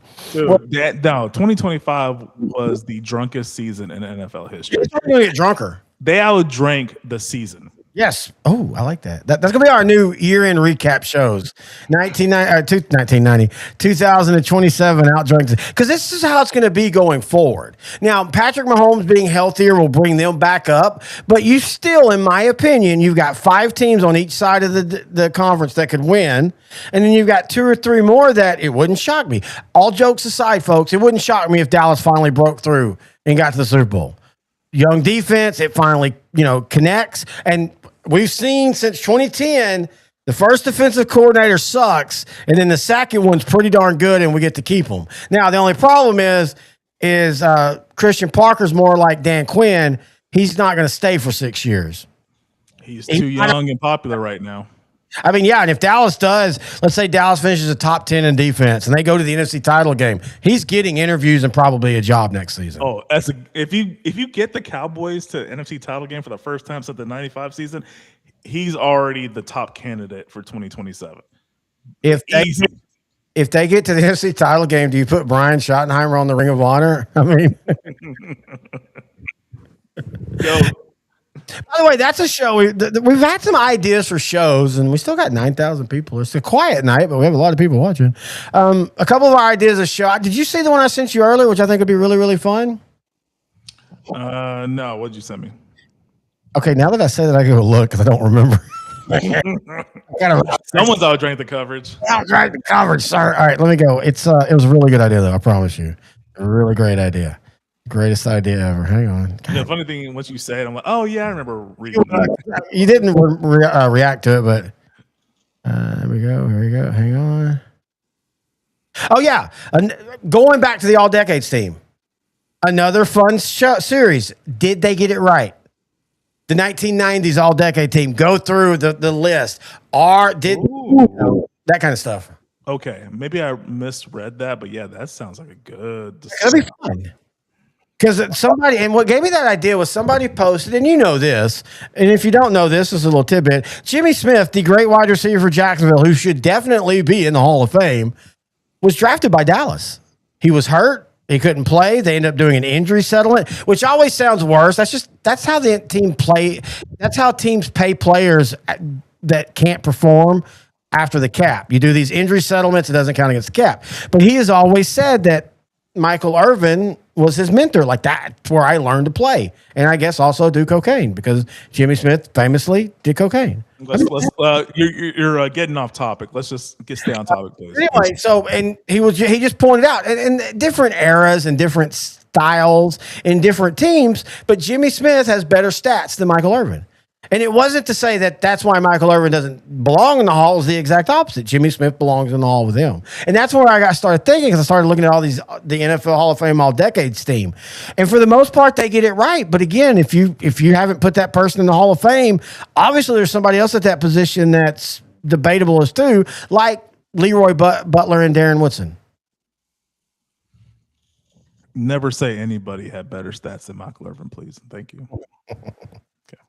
Hey, you know, I have said I think he is legitimately, and I know he doesn't have the true stats, but he is legitimately a top 3 wide receiver of all time.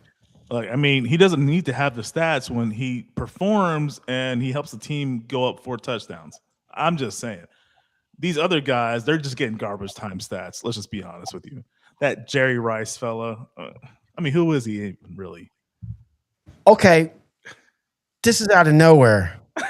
This is a name I haven't even thought. I was looking up Leroy Butler, but this is a name I haven't even thought of. Are you ready? Interno the Pro. Here we go. Hall of Famer, Hall of a very good safety / defensive back. Sam Madison, the Dolphin great who made 5 All-Pro teams, 6 Pro Bowl teams, but that was in such a small window that he kind of fell off after 2002. I think borderline Hall of Fame, but I'm going to set in Hall of Good because he didn't spread it out enough. Did he end up winning a Super Bowl with the Giants in 2007? Yes, he did. Okay. Played with them for 4 years. He actually had kind of an Everson. That's a great comparison. He kind of had that Everson Walls revitalization with the Giants, where he came over there and he was key for those few years with them. A part of that great 0-2 Miami defense alongside Patrick Surtain, who his son is dominating with the Broncos right now. I'm going to say, I'm going to go with, because I love that early 2000 Dolphin team. They had a lot of talent, but because they didn't win a Super Bowl, no one ever remembers it. Mm-hmm. They didn't really have a lot of playoff success in general. Yeah, that's the thing. Yeah, their last playoff win was that 2000 season, if I'm not mistaken. They beat the Colts in overtime in the wild card round. So yeah, the Dolphins, along with the Cowboys and other teams, they have this long streak of playoff futility. I'm going to say Hall of very good. It's hard for me because he did fall off a little bit stat and accolade wise after he left the Dolphins, but man, him and Surtain together, that was one of the most dominant duos at corner in NFL history. They were so good and so young at the time. The Dolphins just found a way to keep those two guys on there for at least a decade. Man, that's one of those era teams you look back going, why didn't they win more? Like, why didn't they? And it's quarterback. That's why. It's quarterback. That was a weird era where they were winning with bad quarterbacks. Yeah, I mean, hey, I didn't know about Jay Fiedler and his Dumbo ears until 2000. You know, I think he had a spot start with the Jaguars or backup role for the Jaguars in '99. But yeah, when Marino retired after the '99 season, he was the starting quarterback going into camp, and I was like, I never heard of this guy. Wannstedt is going to struggle. He's not going to keep his job as head coach, but they ended up winning the division and beating the Colts in the wild card round. So those, and then they got Ricky Williams the next year, and they look so dominant. And then 0-2, I've told you this on other shows. 2 weeks left in the season, Miami Dolphins were 9-5 and had the number 1 seed in the AFC. 2 weeks later, they're out of the playoffs. One of the weirdest seasons in NFL history. Yeah, he was out for 5 games in that season. Interno the Pro Hall of no, I'm kidding. But Jay Fiedler was an All-Pro 1 quarterback one year. When 2000? 2000. That's I don't know if I'm gonna have to look that back up. I don't remember him being. He was good in 2000. I'm sorry, it's AP Comeback Player of the Year. My bad. Oh, okay. I'll give him that. CPOY. I thought they were separate. My bad. Hey, fun fact: in 2008, the runner-up to MVP was Chad Pennington, quarterback of the Miami Dolphins. Noodle arm. He messed up his arm with the Jets, I think, in 02 or 03. Well, I mean, he never had an arm before that. He was, again, I mean this in the greatest compliment. He was a master of that slant, in routes, dig routes, slants, in route, dig routes, and then just lob it up to Randy Moss when they were at Marshall together. That was fun to watch because it's weird. Quarterbacks can throw it deep, and I think too many people say, "Oh man, he's got a strong arm because he throws it 70 yards." No, you have a strong arm if you can throw a 25-yard out from the opposite hash. That's a 78-yard on a rope pass with a 70-yard bomb. You just need to throw it up and let Randy Moss get it. And man, so many times loved watching Marshall during that day with Pennington and Randy Moss. Is Randy Moss, who would you pick right now? Randy Moss or Jerry Rice is the greatest wide receiver of all time? Rice. And it's because of the reason you said about Emmitt Smith. Just so smart. He was a guy that could look this way, and his entire body was going that way. And the cornerback was just befuddled. He was never fast. He never had the speed. He never had the size, but he was so technically smart that he made elite secondary players look foolish. So I'm going to always give it to Jerry Rice. But Randy Moss was also a smart player. He had the athleticism. He didn't have the longevity. So that's another plus for Jerry Rice. Well, it wasn't, and I think if Randy Moss could do it again, he would. I also think, and I love that Joe Buck apologized, I think a lot of his problems got overrated to where other people have problems in the NFL. But I think Randy Moss will also tell you he wasn't the most technical receiver. Jerry Rice, I mean, look, we joked about it, but Joe Montana won the Super Bowl before Jerry Rice. So, yes, he's a Hall of Famer. Yes, Steve Young's a Hall of Famer. He won 2 without Jerry Rice. Who? Joe Montana. He won what? Joe Montana won 2 Super Bowls without Jerry Rice. He won in 84 or 82 and 84. But Jerry Rice made Steve Young a Hall of Famer. Not saying Steve Young couldn't be a Hall of Famer, but again, I go to Jerry Rice made Rich Gannon an MVP. He elevated the players around him. Going back to Emmitt, that shouldn't be a knock on Jerry Rice's Hall of Fame, and nobody ever does. Nobody ever says, well, I mean, you know, the only reason Randy White was good is because he had Ed Too Tall and he had Harvey Martin and he had the greatest, 3 linebackers. But you could make that same case. It's just weird how that has been just pinned down on Emmitt. And that's really the whole reason I want to do the show now, because I've just been talking about, and I want to do a whole show with stats and stuff eventually. I will never understand, other than it just being he wasn't pretty enough and he was the Cowboys, why people try to knock Emmitt Smith for the career he has. Don't overthink it. That's exactly what it is. It's all about style points at this point. That is it. That is it. Next show.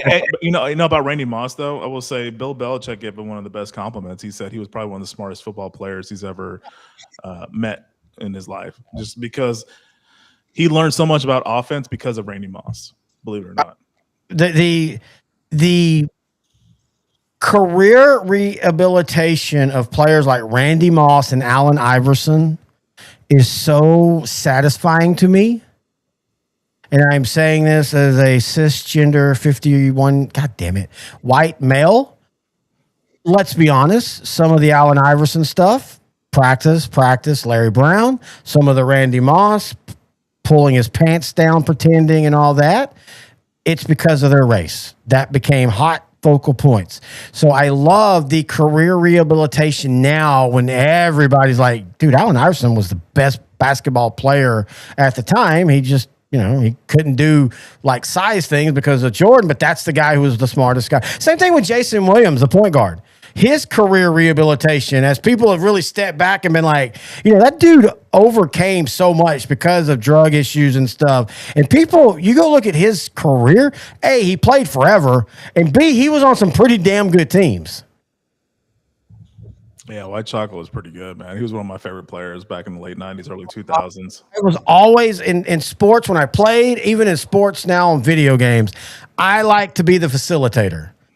I want to be the guy that gets the score for you. And so Jason Williams, man, just watching him back in the day in college, the few times he was there when he wasn't getting kicked out and everything, he was fun. And then his career was just absolute blast. I mean, again, he kind of overperformed and underperformed at the same time because he never reached the heights that we thought he would.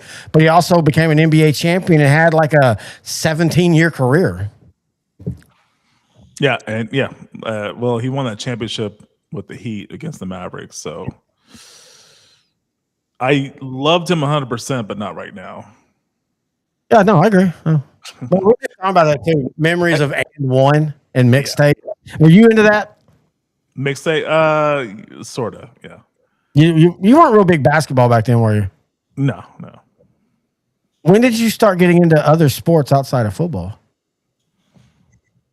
No, I take it back. It was the same season, 93, because it was 93 was the Bulls and Suns in the NBA Finals.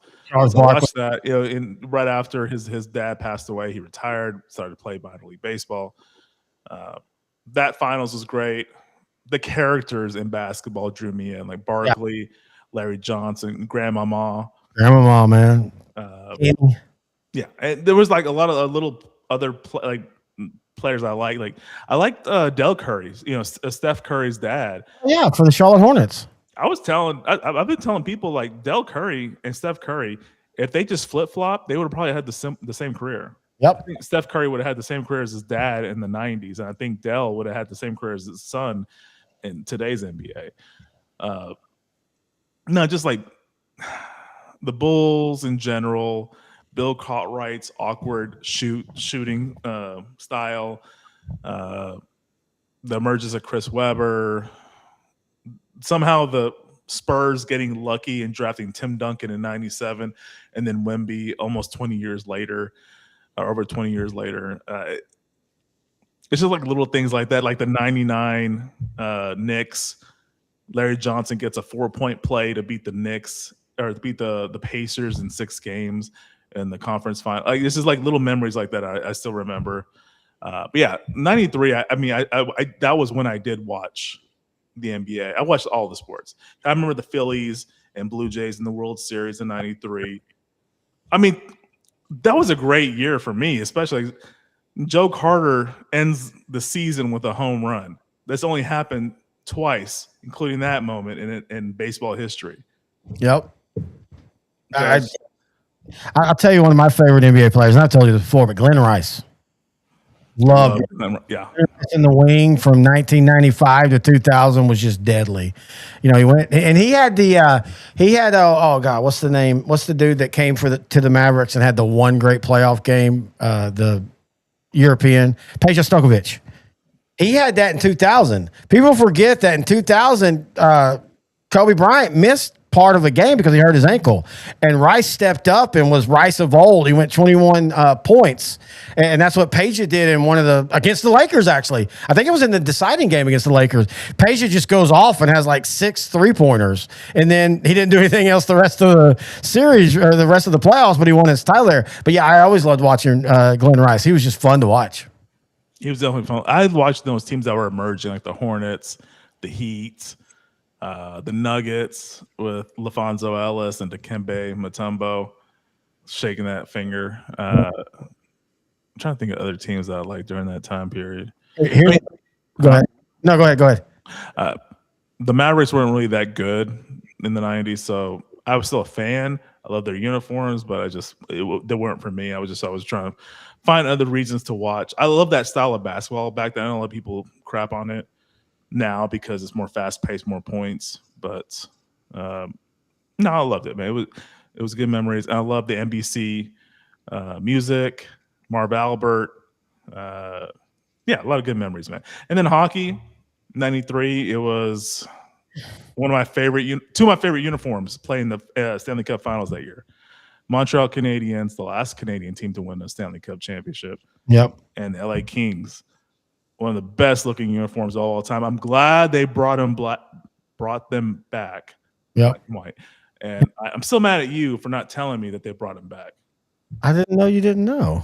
I didn't know. You should have told me. Here's a name from the past that you probably haven't thought of in a long time. Katina Mobley. Oh, Rockets. Yeah. I remember him. We're on a live deep dive Wikipedia. I did not realize. Now, he famously retired in '08 because he had a heart condition that basically is what killed Hank Gathers and Reggie Lewis. So he retired of a heart condition. But from 2017 to now, he is part of that Big Three, the Ice Cube 3-on-3 league, and he plays in it. He still plays. He's 50 years old. And he still plays in it to this day. That's awesome. Man, that team with him, everybody thought that was going to be the next Rockets team that was becoming we kind of joke. Rockets are in that England Dallas Cowboy where they've lived off the two they've won way back in the 90s. They've been really good at times since then, but for whatever reason, they can never, whether it be just a bad performance in a key game, or I still think if Chris Paul doesn't get hurt a few years ago, I feel like that team wins the NBA. That was a team. I think 2018 Rockets. They had Paul. They had James Harden. They had the team around James Harden that was perfect for him. They had Clint Capella in his prime at center. If Paul doesn't get hurt in Game 7, they beat Golden State, and then Golden State I think they sweep the Cavaliers in the NBA Finals that season. So if Houston gets to the NBA Finals that season, they definitely sweep or at least beat the Cavaliers in 6. What's that white wing guy for the Rockets that the Mavericks ended up getting? Chandler Parsons. Add him and Kristen Pop Scott. We thought we had the white savior, and he ended up being Kristaps Porzingis. We thought we had the white savior, and it just goes to crap. Man, Chandler Parsons was never healthy in Dallas. Mr. 13 points a game. And we paid like that's another show in of itself. The Dallas Mavericks, since Mark Cuban has owned them, has been wildly successful. They've made 3 NBA finals. They've made 5 Western Conference finals. I think in the 26 years, they've made the playoffs like 17 of them. They've had iconic players. In fact, you can make the case that they have the 1 and 2 bet. Well, I guess Djokovic is probably the number 1. But you have, I don't know, Dirk, Joe, that's a good one. But you have Dirk, Luka, 2 of the top 5 European players of all time. One won an NBA title. Luka went to the finals for Dallas. Yet for some reason in that 25 years, in an area that every other sport loves, like go look at how many NFL players live in Dallas-Fort Worth or baseball players. Hundreds. Yet Dallas has never been able to get a true LeBron James style free agent in their prime. I would have settled on a center for long term. The Eric Dampier was the ceiling until Tyson Chandler. And James Donaldson was the ceiling before him. That you don't know him.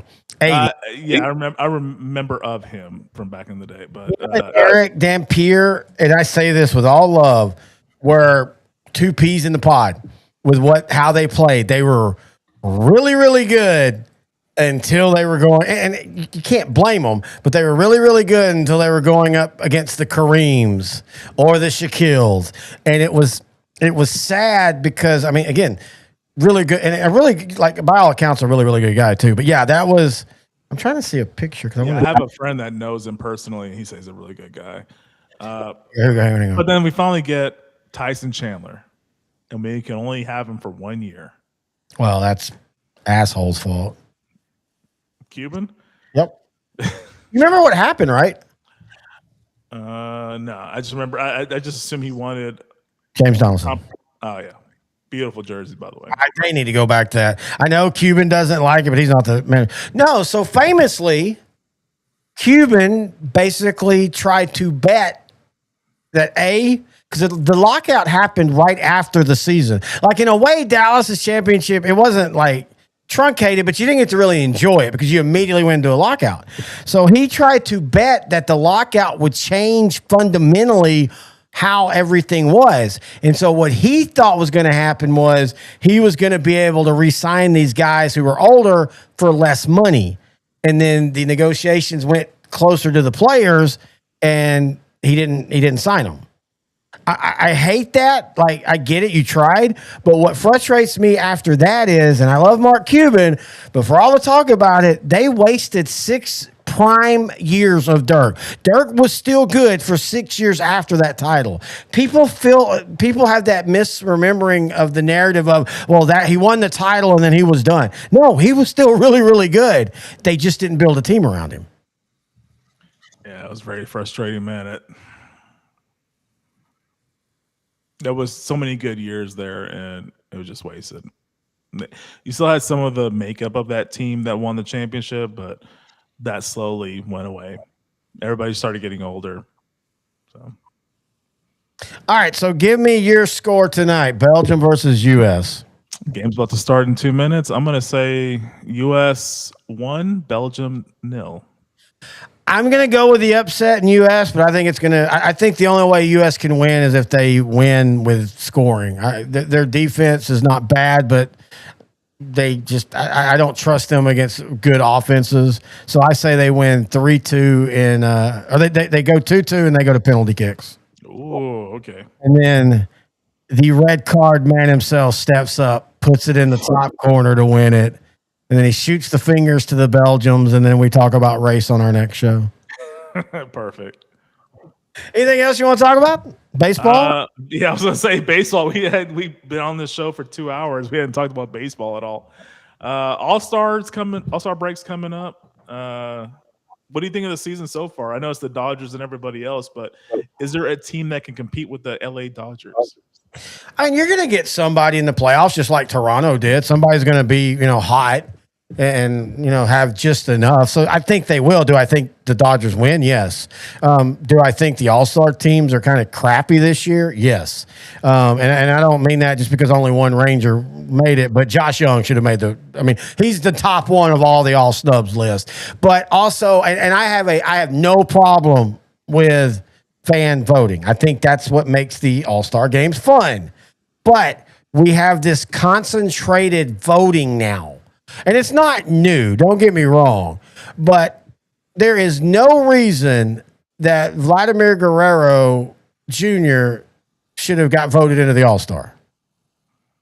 He's got 4 home runs. He's struggling this year. He's fine. He's not having as bad of a year as Tatis Jr. in San Diego, but he shouldn't be on the All-Star list, in my opinion.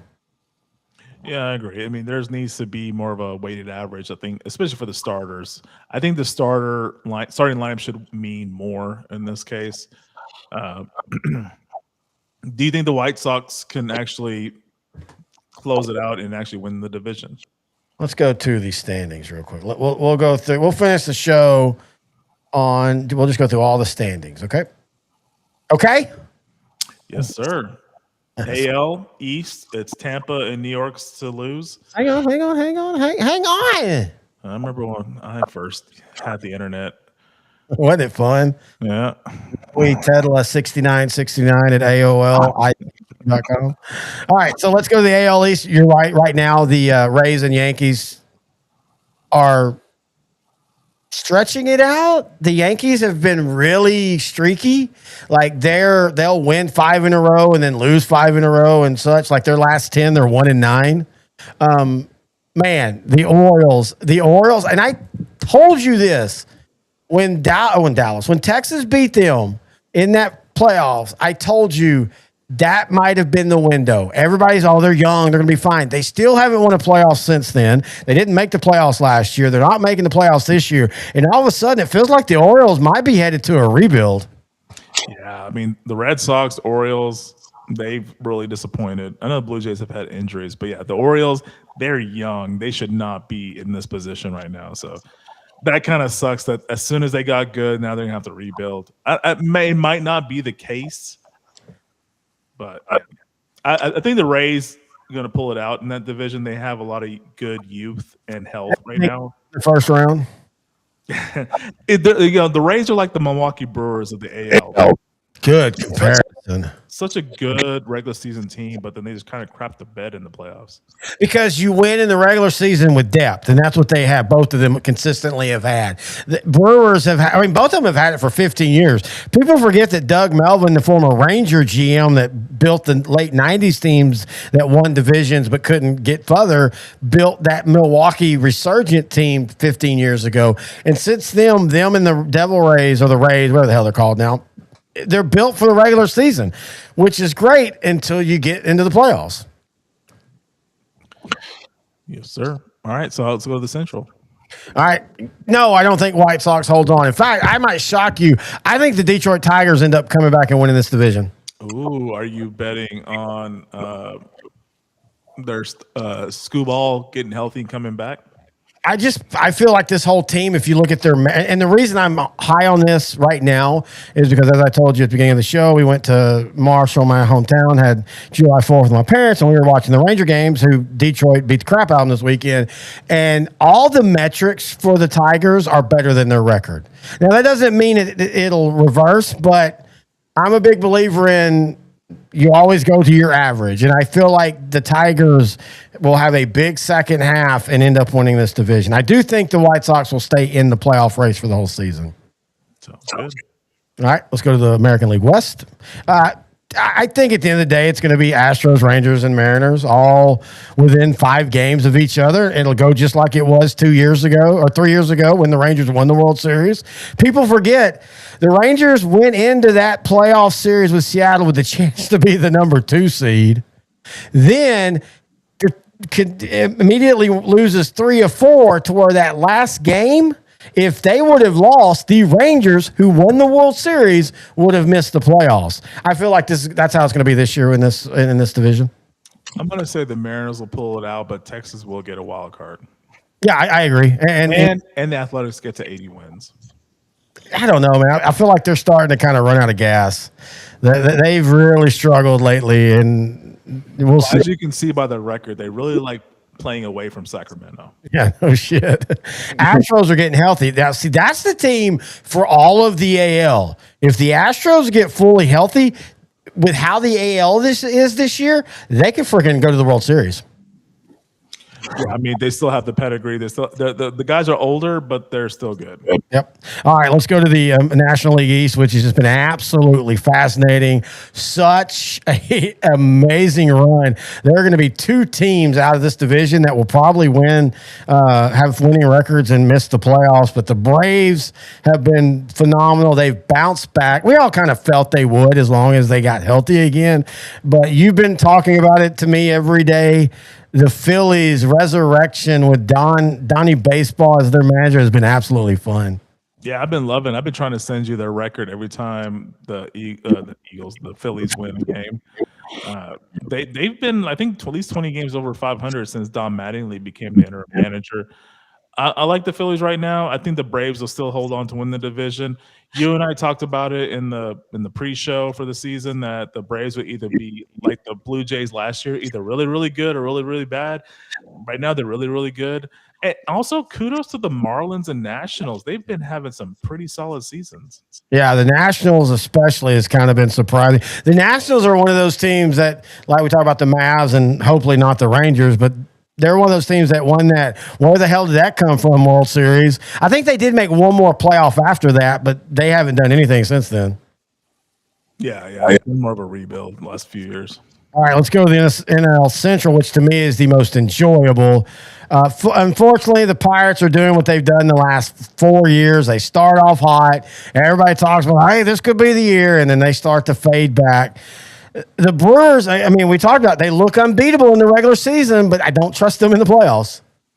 Yeah, the Brewers made it to the NLCS last season, got swept easily by the Dodgers. I could definitely see a repeat this season. They look good. Pat Murphy he's such a good manager, but I see them. They'll win the division. I don't know how far they'll go in the playoffs, but I can guarantee they'll at least make the playoffs and or win the division. They remind me, speaking of Doug Melvin, of those late 90s Rangers having to play the Yankees in the first round 3 out of 4 years. And they just were just not a matchup for them. Hey, the Cardinals, a lot of people thought the Cardinals were going to be one of the worst teams in baseball. They've been really competitive. I like seeing the Cubs up there. I think the Cubs will make the wild card because the West is so bad. I mean, you could see a case where the wild cards all come from the NL East, though. It wouldn't surprise me. I could see the Marlins. They're young enough and dumb enough to really think they can do it.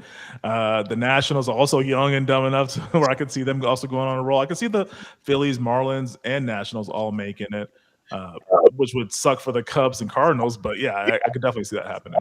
The Mets are having their every other year. Next year, they'll probably be in the NLCS because that's how they work right now. It's really strange how you can talk about just weird consistency, and that's the Mets. All right, we'll finish on the NL West. The Dodgers are running away with it. It's not just how good they are. It's just every other team in that division is not terrible outside of the Rockies. Though, hell, I mean, this is the best Rocky year in like 5 years, sadly. The Giants, the Padres, and the Diamondbacks are just all fair to middling. They're just not good. And then the Dodgers are just elite. I think this might be the year where the Dodgers, Moses Malone's it and goes faux, and faux. Yeah, I could definitely see that for sure. This is more of a disappointment for the Diamondbacks and Padres because they've kind of built those teams to actually win this year, and they've disappointed. I could definitely see some wholesale changes going on with those two organizations, maybe going back to being below the Rockies. The Rockies are having a much better season than they had last year, so good for them. They can only go up. They have a new head of baseball operations, and I think it's Dee Podesta, and he's doing already a great job. I like the long-term look at the Rockies. I don't like the long-term look at the Padres or the Diamondbacks. Well, the Padres, it feels like we've been saying that for 4 years now. Now, the Diamondbacks, it's kind of funny because when the Rangers beat them in 2023, you always do the whole thing where you talk about both teams and the great season they had. And I remember the whole thing was, well, these two teams could be back the next couple of years. And these two teams have both been about the same.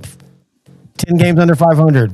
Yep. Good, but not great. Not terrible, but just not good enough to be consistent enough. And I agree with you. I think I could see the Padres blowing it up quicker, though, because the Padres are – I mean, we thought they were blowing it up after the owner died 2 years ago, and somehow they've kind of hung on. But eventually I feel like the Padres are going to break and start dropping Machado and Tatis Jr. And the closer right now might get 75 first-round picks and players if they traded him right now. Yeah, if they're going to do it this season, just rip the Band-Aid off and just play for 2029. I think Terry's taking a swig. Yep, sorry, I forgot we had the graphic up. All right, anything else you want to talk about before we begin? I think we covered everything, sir. All right, I do want to say one thing real quick. Let me get all this going. This episode has been brought to you by Everlift Garage Repair. If you're in Dallas-Fort Worth and you have a garage door that has messed up, I don't know if you've ever had garage door issues. I haven't for the most part, mainly because I don't open my garage much. But like Studio's wife's mom and at her house, they have a garage door that's broken. We're actually going to call him, Johnny, tomorrow at 469-209-1863 or go online, everliftgaragerepair.com. I love this story, not just because he's paying us to advertise, but he, as a kid, decided he wanted to do home repair and things like garage doors because his hardworking single mom, where they lived, they had a garage door break. And that's one of those costs that comes out of nowhere. You never realize you need a garage door until it won't close. I mean, if you have stuff in your garage, but even if you don't, animals come in, things like that, but also how expensive it is. Like, that's just one of those things that, like, I've had one garage door I had to deal with, and I wasn't the owner, I was renting, so the landlord, but I was there and I took the bill, and the dude like did two things. I don't want to say he didn't work hard, but he did like two things, and it was $300. And this was back in like 2007. So I love the fact that Johnny saw what his mom had to go through to fix it and decided he wanted to do this. Be good. Of course, he needs to make money, but be affordable. And that's what he does. He gets free estimates. He's bilingual, so you can talk in English and Spanish. He services all of DFW, but mainly Lavon, Rockwall, Wiley, Saxe, Rowlett, where the studio is. Don't come over here. I once had a 6'1" chick try to come into my house. It was really weird. Sorry, Johnny. But you can give him a call, 469-209-1863. Again, or go online, everliftgaragerepair.com. Also, for seniors, a free inspection of your garage door. He will walk you through everything, tell you if there's something wrong, and if there is, he will work out affordable costs. And we do appreciate him being a sponsor of Outdrank the Coverage. Also, if you want to email the show, I have some emails I need to go to. A couple of them are funny.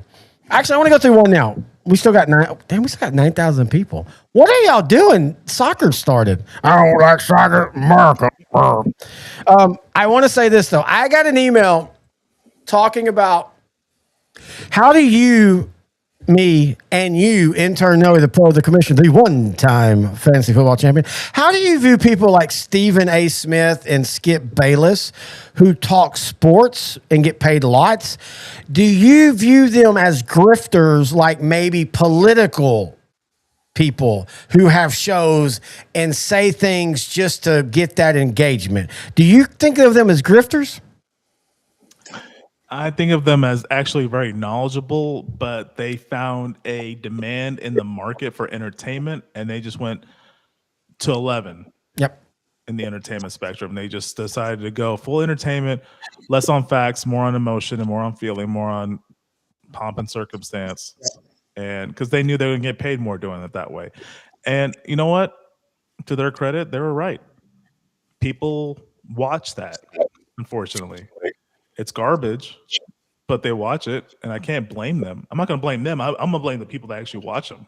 Thank you. That's what when I get so tired, and I don't care what political spectrum you're on when I'm saying this. When people say the mainstream media does this, no, the mainstream media does what the audience tells them. As someone who's worked at a radio station, multiple, you do what the numbers tell you to do. I think political grifting and sports grifting is two separate things. Sports grifting is fun. I don't like to do it. You and I, and me and Grant, my co-host on my high school shows, we don't manufacture. I never say you pick this side, even if you don't believe it, and I'll pick the other side. Now, if we're both 50-50, then yeah, I'll talk this side of it and you talk that side of it, because we both feel both sides have, they're even. Political grifting is different though, because that's changing how lives are. Our sports talk, as much fun we have, it ain't saving a life or hurting someone in any way. Political grifting, getting people to believe bullshit, is a completely different level. And as much as I hate what Skip Bayless and Stephen A. Smith, and to be fair, again, Well, now, Noe, to be fair, sports talk in general that started in the 80s and then really grew up in the 90s is part of the problem. You and I talk every other week for a couple hours. We talk in the NFL season once a week for an hour. Sometimes we do 2 shows. We do these off-season shows that don't really need hot sports opinions. But now, tell a radio station that every day, for 24 hours a day, you've got to provide content. And a lot of it's going to be local. You're going to have to just argue about shit you don't care about. And that's one of the things that got me out of doing sports talk radio, like having a everyday 2-hour show, because I'm like, God damn, I don't want to talk PGA golf for 2 hours. I don't care. But I tip my hat to him, even though it's Wesley Mantu from Anchorman. Damn it, Ron Burgundy, I hate you, but I respect you. And that's kind of how I feel about the likes of Stephen A. Smith and Skip Bayless. That's how I feel about you too, buddy. Oh, wait, what? Huh? That's how I feel about Grant. But no, I'm just glad you've never, we'll argue, but it's organic. It's always organic. I mean, you're wrong organically, but. And that's why I hate you. All right. Any other thing? Jason Robertson. He's back apparently with the Stars, at least for one more year. It looks like he's going to go to arbitration. That doesn't mean they can't trade him if they want, but basically they have control over him. Man, I got to tell you, the Dallas Star fandom with him is weird. They hate him. They call him greedy. I mean, the dude's just doing what agents and players do. Look, folks, I know it's different, but it's still a job. Their job is to get paid. Their job is what they do, whether they win a title or not. I don't care. And I've had people on Dallas Stars, people tell me it's different. Will you take less for your company to hire better people so y'all are better? Because if you won't, don't come at me with it. He should take less. Exactly. I mean, you and I have talked about this with Dak Prescott. I wish Dak Prescott would take less. I wish he would be like, you know what? $10 million a year is good. Use the 40 other million. He doesn't. I don't like it as a fan, but as someone who's an adult, Dak, go get yours. It's not your job to worry about the rest of the roster. You can have both views on this. Yeah, exactly. Also, I get tired of the Dallas Stars fans talking about we need toughness. Toughness doesn't win cups. Newsflash: goal scorers win cups. Timely goal scoring. Foot in the crease, goal scoring. All right. I think that's going to do it. Have you have any other questions? I think that was Jeff. I meant to pull it. I'm pretty sure his name was Jeff. Email us, odtcnetwork@gmail.com. Friday, we're going to be doing some off live recording. The 90s, we're going to start with the 90s because that's one we're both comfortable with. And I can, like, we say this, like 90s up, you and I can talk on the same level. 80s and 70s, well, 80s for me, but even the 70s, I don't remember. That's more of us just kind of talking about things we've read. So we're going to probably do 90 and up first because we're more comfortable with that. Oh, excuse me. That'll come out probably, I hope, Monday. The other thing we're doing, Friday Night Lights, that's going to take a lot of time. We're going to do season 1. That's going to be a work in progress. That might not even come out. Like, we're not in a hurry to do that. But I do. This has happened 3 times now, but randomly, I got an email from a certain person's in a show that we love's agent wanting to revisit bringing him on to talk about one of our shows. The league? Patrick Swayze's butt. Oh, wait, yeah. Paul Scheer. I don't know. That was my second guess. It's always I don't know. Maybe Paul Scheer's he's starting to lose some jobs or not getting all the jobs because all of a sudden they've reached out twice in a week like, hey, would you like Paul to be on? You know, we'd like to talk to Lee. By the way, he still has a great YouTube channel that nobody watches. But anyway, anything else? That's it. Intern Noe the Pro, I bid adieu. I bid you a Freddie adieu. Ooh, getting racist now. All right, that's going to do it. Until next time, he's Intern Noe the Pro, the commissioner. 1 time, not 2 times, not 2 times in 1 season. 1 time champion of Outdrink the Coverage Fantasy Football right here on